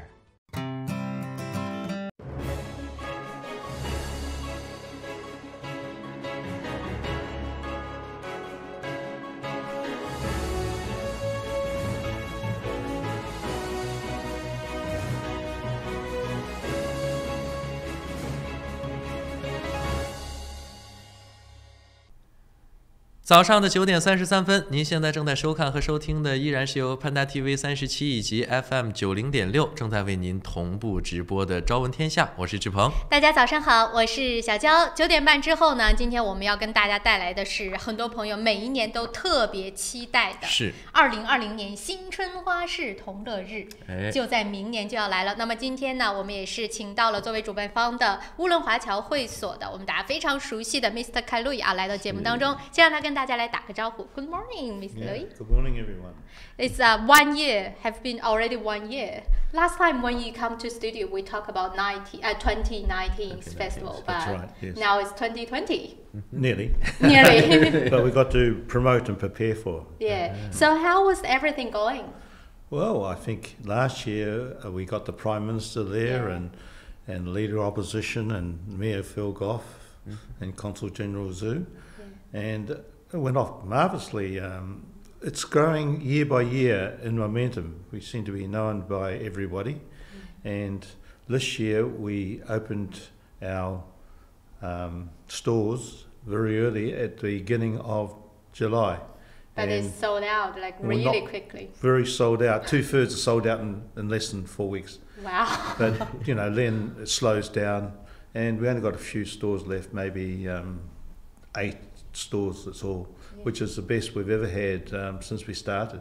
Because maybe last year is kind of a huge success, so everyone kind of rush to get the store because it's going to go really quickly. Yes, and we've got more sponsors than ever. Yeah. Thanks very much to NZCM.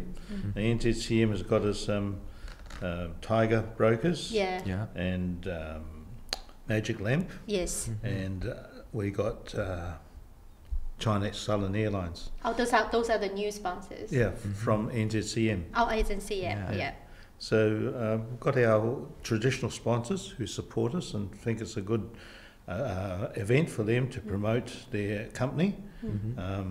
ANZ, Barth and Thompson, NIB and Stonewood Homes. Multimedia support us all the time with putting up all the stage equipment for the opening ceremony and for the cultural concert. Oh, I've right. been doing that for over 10 years now. So how many years has been this market going? Well, it started off in the mid-1980s in the old Turners and Growers Market down near the Viaduct Basin. Yes. But then they shifted it in the early 1990s to Mount Wellington, and we used Turners and Growers premises there from when they shifted out there early 1990s till 2001. And then they said, no, we're getting to be a 7-day week business, so we can't have it there anymore. All right. So we had our first event at ASB Showground in 2002. Yes. Right. And until now. And it's been there ever since. All right. 所以简单也跟大家说一下啊，刚才小焦有问到凯路易先生，然后我们今年的这个新春花市同乐日相关的一些筹备的情况。那实际上因为去年新春花市同乐日，因为刚刚过去，感觉也没多长时间，今年新的一年就开始了，而且呢这一次同样的我们也会请到很多的这个政要到场。其实上一次就是因为这些政要的加盟，加上大家对它越来越熟悉，所以说呢就是受欢迎的程度和知名度是越来越高。刚才凯路易先生也说，他说今年呢他们就是把那个我们说的那个展位开放的非常早，在which month? Like July? Started from July, yeah. We opened the stores up the 1st July. First July 就是7月份就开始了，然后结果呢4周之内就已经卖了2/3。对，所有的摊位都已经。大家对这个活动认可程度可见一斑。当然也是有了我们 TV37的加盟嘛，那我们也是这个积极的参与到了很多的这个宣传活动，而且他也刚才凯路易先生也说，很多的这个赞助商也是在以往可能没有看到的很多赞助商，这次呢也都加入了进来，也包括了像新西兰这边的贸易局、贸发局，他们也提供了非常多的帮助。所以说呢，这个新春花市同乐日，我相信大家也是非常非常的期待了啊。So talk about this festival. Tell us the time and the location is ASB Showground, but the time. Well, it's Saturday, the 18th of January, 2020, and it starts open at 9:30 a.m. to 4 p.m. Right， 所以大家记一下日期啊，我相信大家对这个应该是非常熟悉了。1月18号，因为今年春节提前了嘛，所以说我们这个活动也是相应的往前面举行了一段时间。那么在2020年的1月18号是一个周六，时间呢是从早上的9点半开始，会一直持续到下午的4点钟的时间。是，说起这个新春花市同乐日，刚刚呢少翻译了一段，就是我们提到，其实它的历史是真的非常悠久了，是很多的老移民就是一步步看着新春花市同乐日走到今天。比如说它是在90年代就已经开始，一开始，后来呢又在90年代初是搬到了这个Mount Wellington，然后后来呢又渐渐的我们就知道，从2002年开始就到了 ASB Showground， 一直到现在，所以它是非常非常有历史，大家很熟悉的活动。没错，这是难怪大家都这么欢迎的一个原因之一。对，So how about we talk about the highlights? What is the highlight this year? Well, it's so busy that first of all, we hopefully will have the Prime Minister back again, and it's election year next year, and of course leader opposition. In fact, as you can see on the poster, National Party and Labour Party got large stores there, so the party themselves think it's very important. But China is very much a part of the economy and everything that we do in New Zealand. As you know, it's the second largest or largest trading partner. Yes. We've got the largest source of international students, and we have growing tourism, which has slowed down this last year, I believe, but it's still slowed down quite a bit. Yes, but you know, it's so important for our economy, and certainly China, in a relationship with China, helped New Zealand during the global financial crisis, and made sure that we kind of keep moving forward and rather than sliding backwards. Right， 我们就提到说今年啊是有哪一些的可能是亮点。对，刚才也提到说，当然了，我们是很希望还能再次的将总理以及呢这个反对党的党魁等等是请到这个我们的活动当中，但是可以确定的就是国家党还有工党还有其他的一些政党会在那边有他的那个展位。对，但是希望说啊，就说这些重要人物还是能够去到现场的。是。另外也就提到说，中国和新西兰之间的关系，在过去1年，虽然我们看到可能比如说游客的人数稍微有一点点放缓，有下降，但是无论如何，从贸易上我们还是最大合作伙伴，我们从这个国际留学生，我们也是最大的来源国等等各个方面，所以这个关系，刚才开洛伊先生也提到，就说我们也是帮助着新西兰走出了这个我们说当时的经济危机的最主要的合作伙伴，所以希望说这个关系还是进一步的去发展的，不要往后倒退，或者是说也不要把它停留在就是不好的这个状态当中嘛，对不对？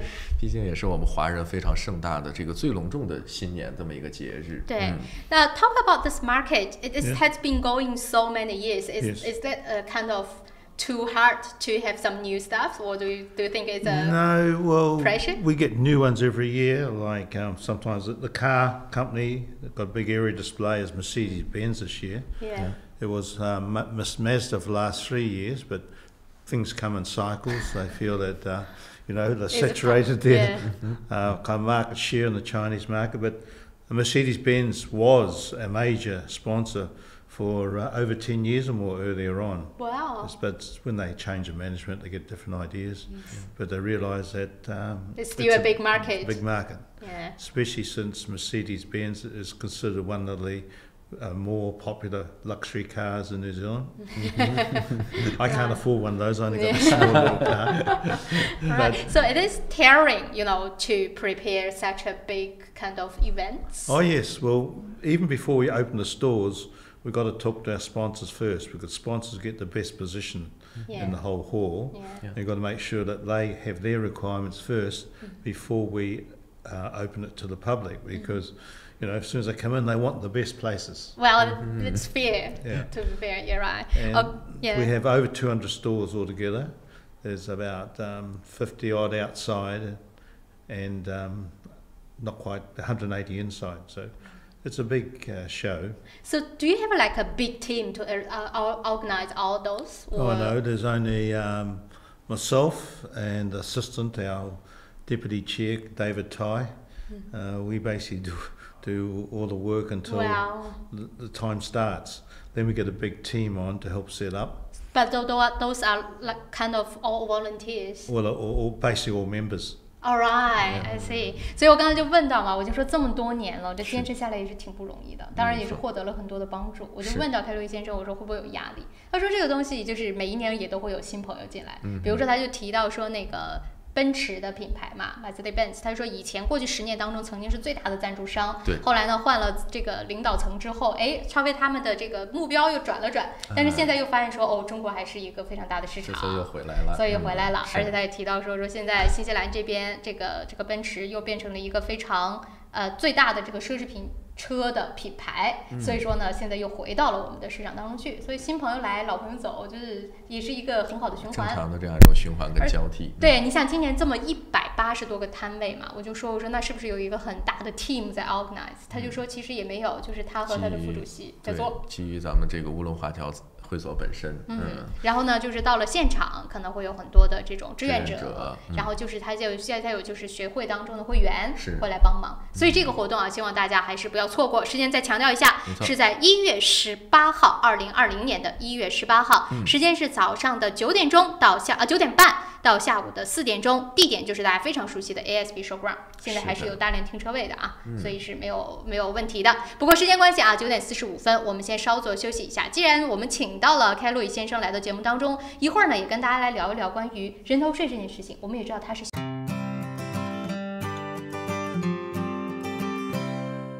Able Music 专业钢琴及器乐学校，12年老字号，分校遍布 City 皇后街、Epson、Botany、Henderson、北岸、Mount Albert， 1对1授课、集体课，强大师资，各种乐器比赛考级，免费乐理课，电话4446888。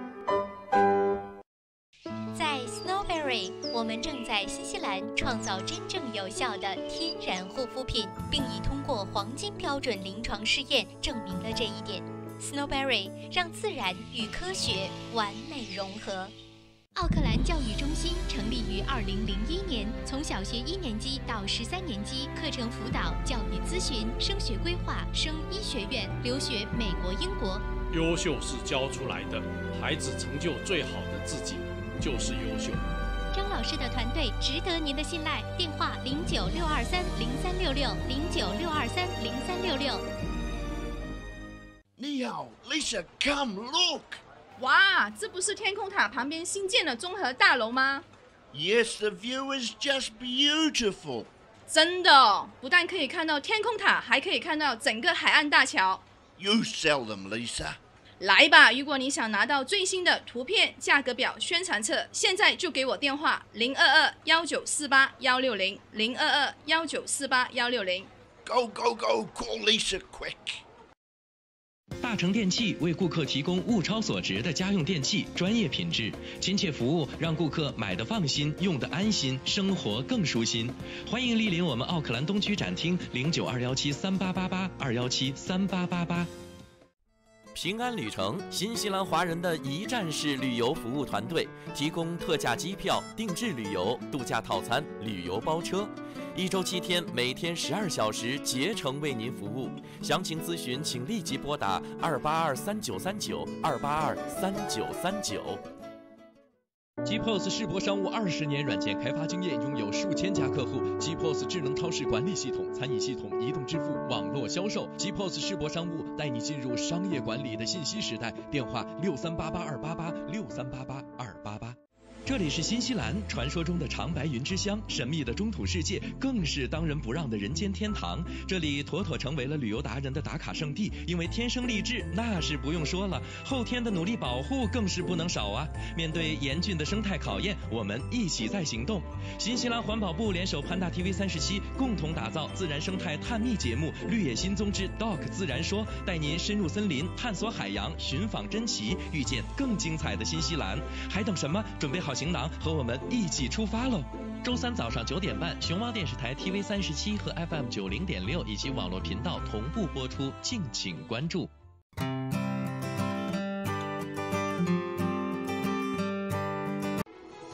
这里有新闻资讯和您最关注的时事热点，这里有家长里短和您身边的人生百态。新闻不止一面，生活所以精彩。朝闻天下，新视野，新感觉。朝闻天下 On Air。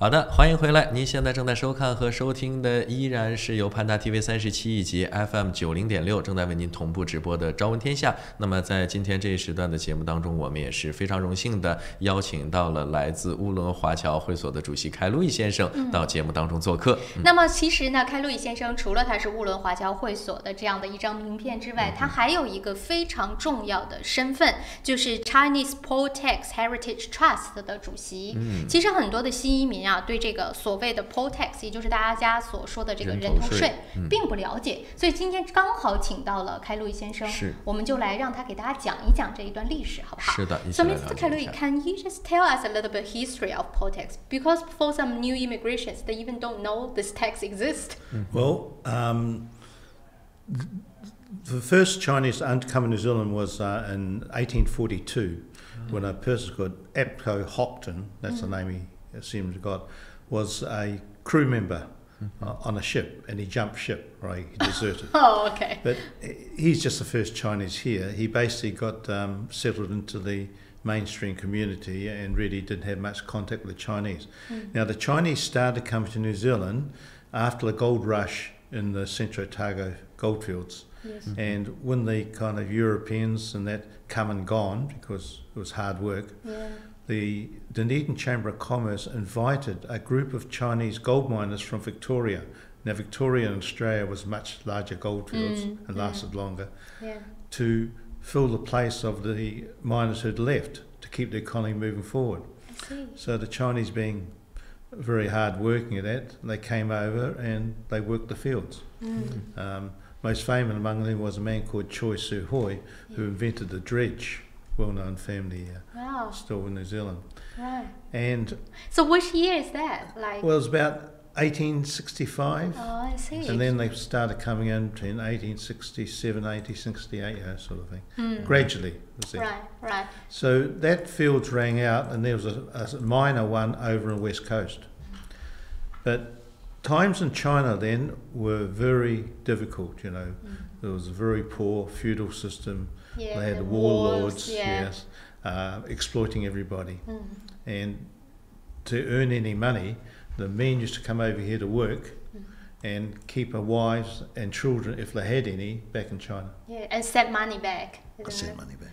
我们稍微先把前面的这个跟大家来稍微分析一下啊，就说呢，其实刚才听到这段历史还挺有趣的。原来第一个来到新西兰的中国人是在1840年的时候来的，他呢是一个船员，然后就从船上跳下来，来的方式也很特别，就留在了新西兰。但是这个人呢，后来就全部就是彻底融入到了新西兰的生活，也没跟中国有什么任何的再联系了。所以真正呢，说到中国人来新西兰的历史，是从1850年到1860年，就是在左右，然后一点一点来的。那个时候主要大家都知道是为了淘金，然后呢，最早期的一批其实是从就是新西兰这边不是一开始是欧洲人过来嘛，但是他们没有中国人那么勤奋，所以来来走走，这个工程一直就停滞了。所以说呢，新西兰这边就从澳大利亚的 Victoria 请来了一批人。到新西兰这边来给他们来挖金，这批人当然就说我们说是华人嘛，就是当时是在澳大利亚来工作的，然后就请到了新西兰。后来呢，就是他们渐渐的就在新西兰安家。但那个时候我们也知道啊，那个年代的中国也是相对来说比较混乱的，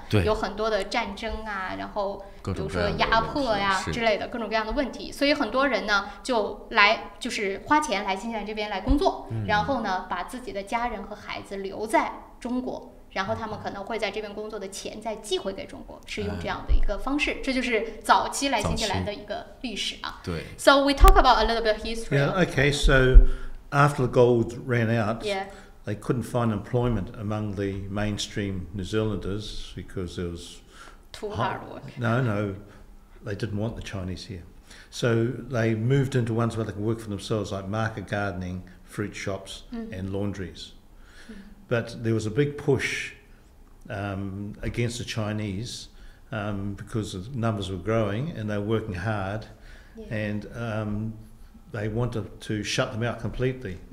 Now, next time I come, I'll bring you a cartoon book which showed how badly the Chinese were treated by the government and mainstream New Zealanders.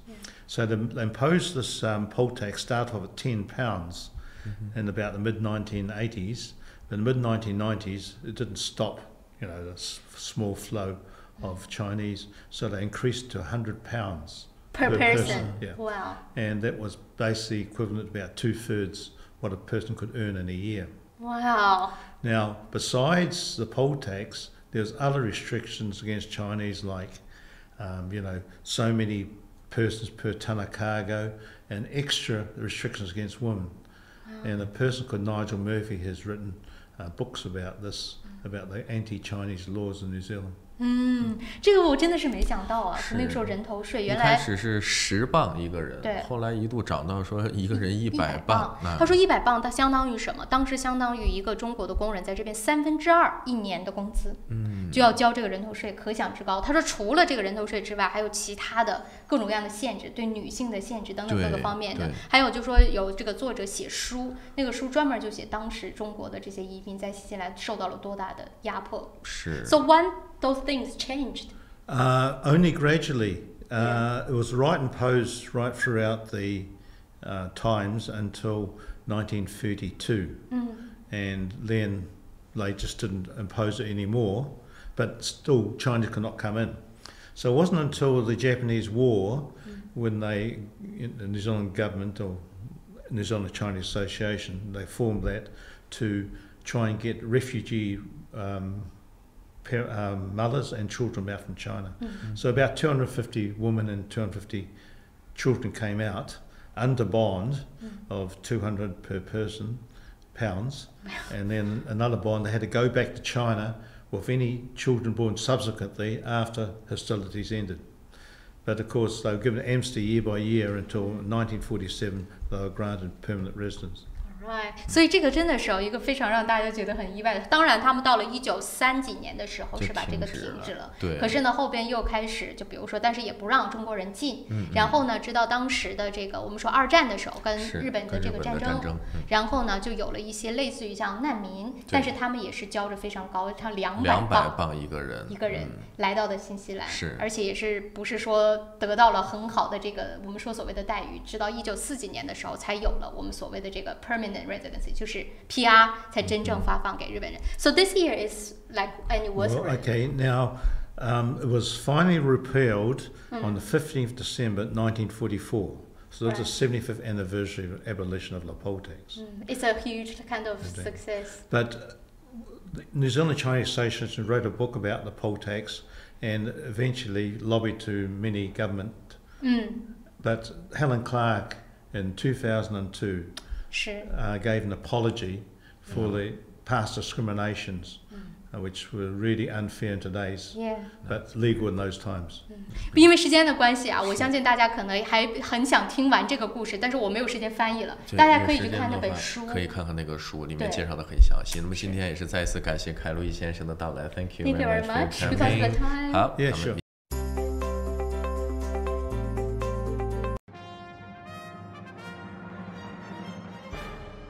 新中传媒，新西兰唯一涵盖广播、电视、报纸、杂志及新媒体的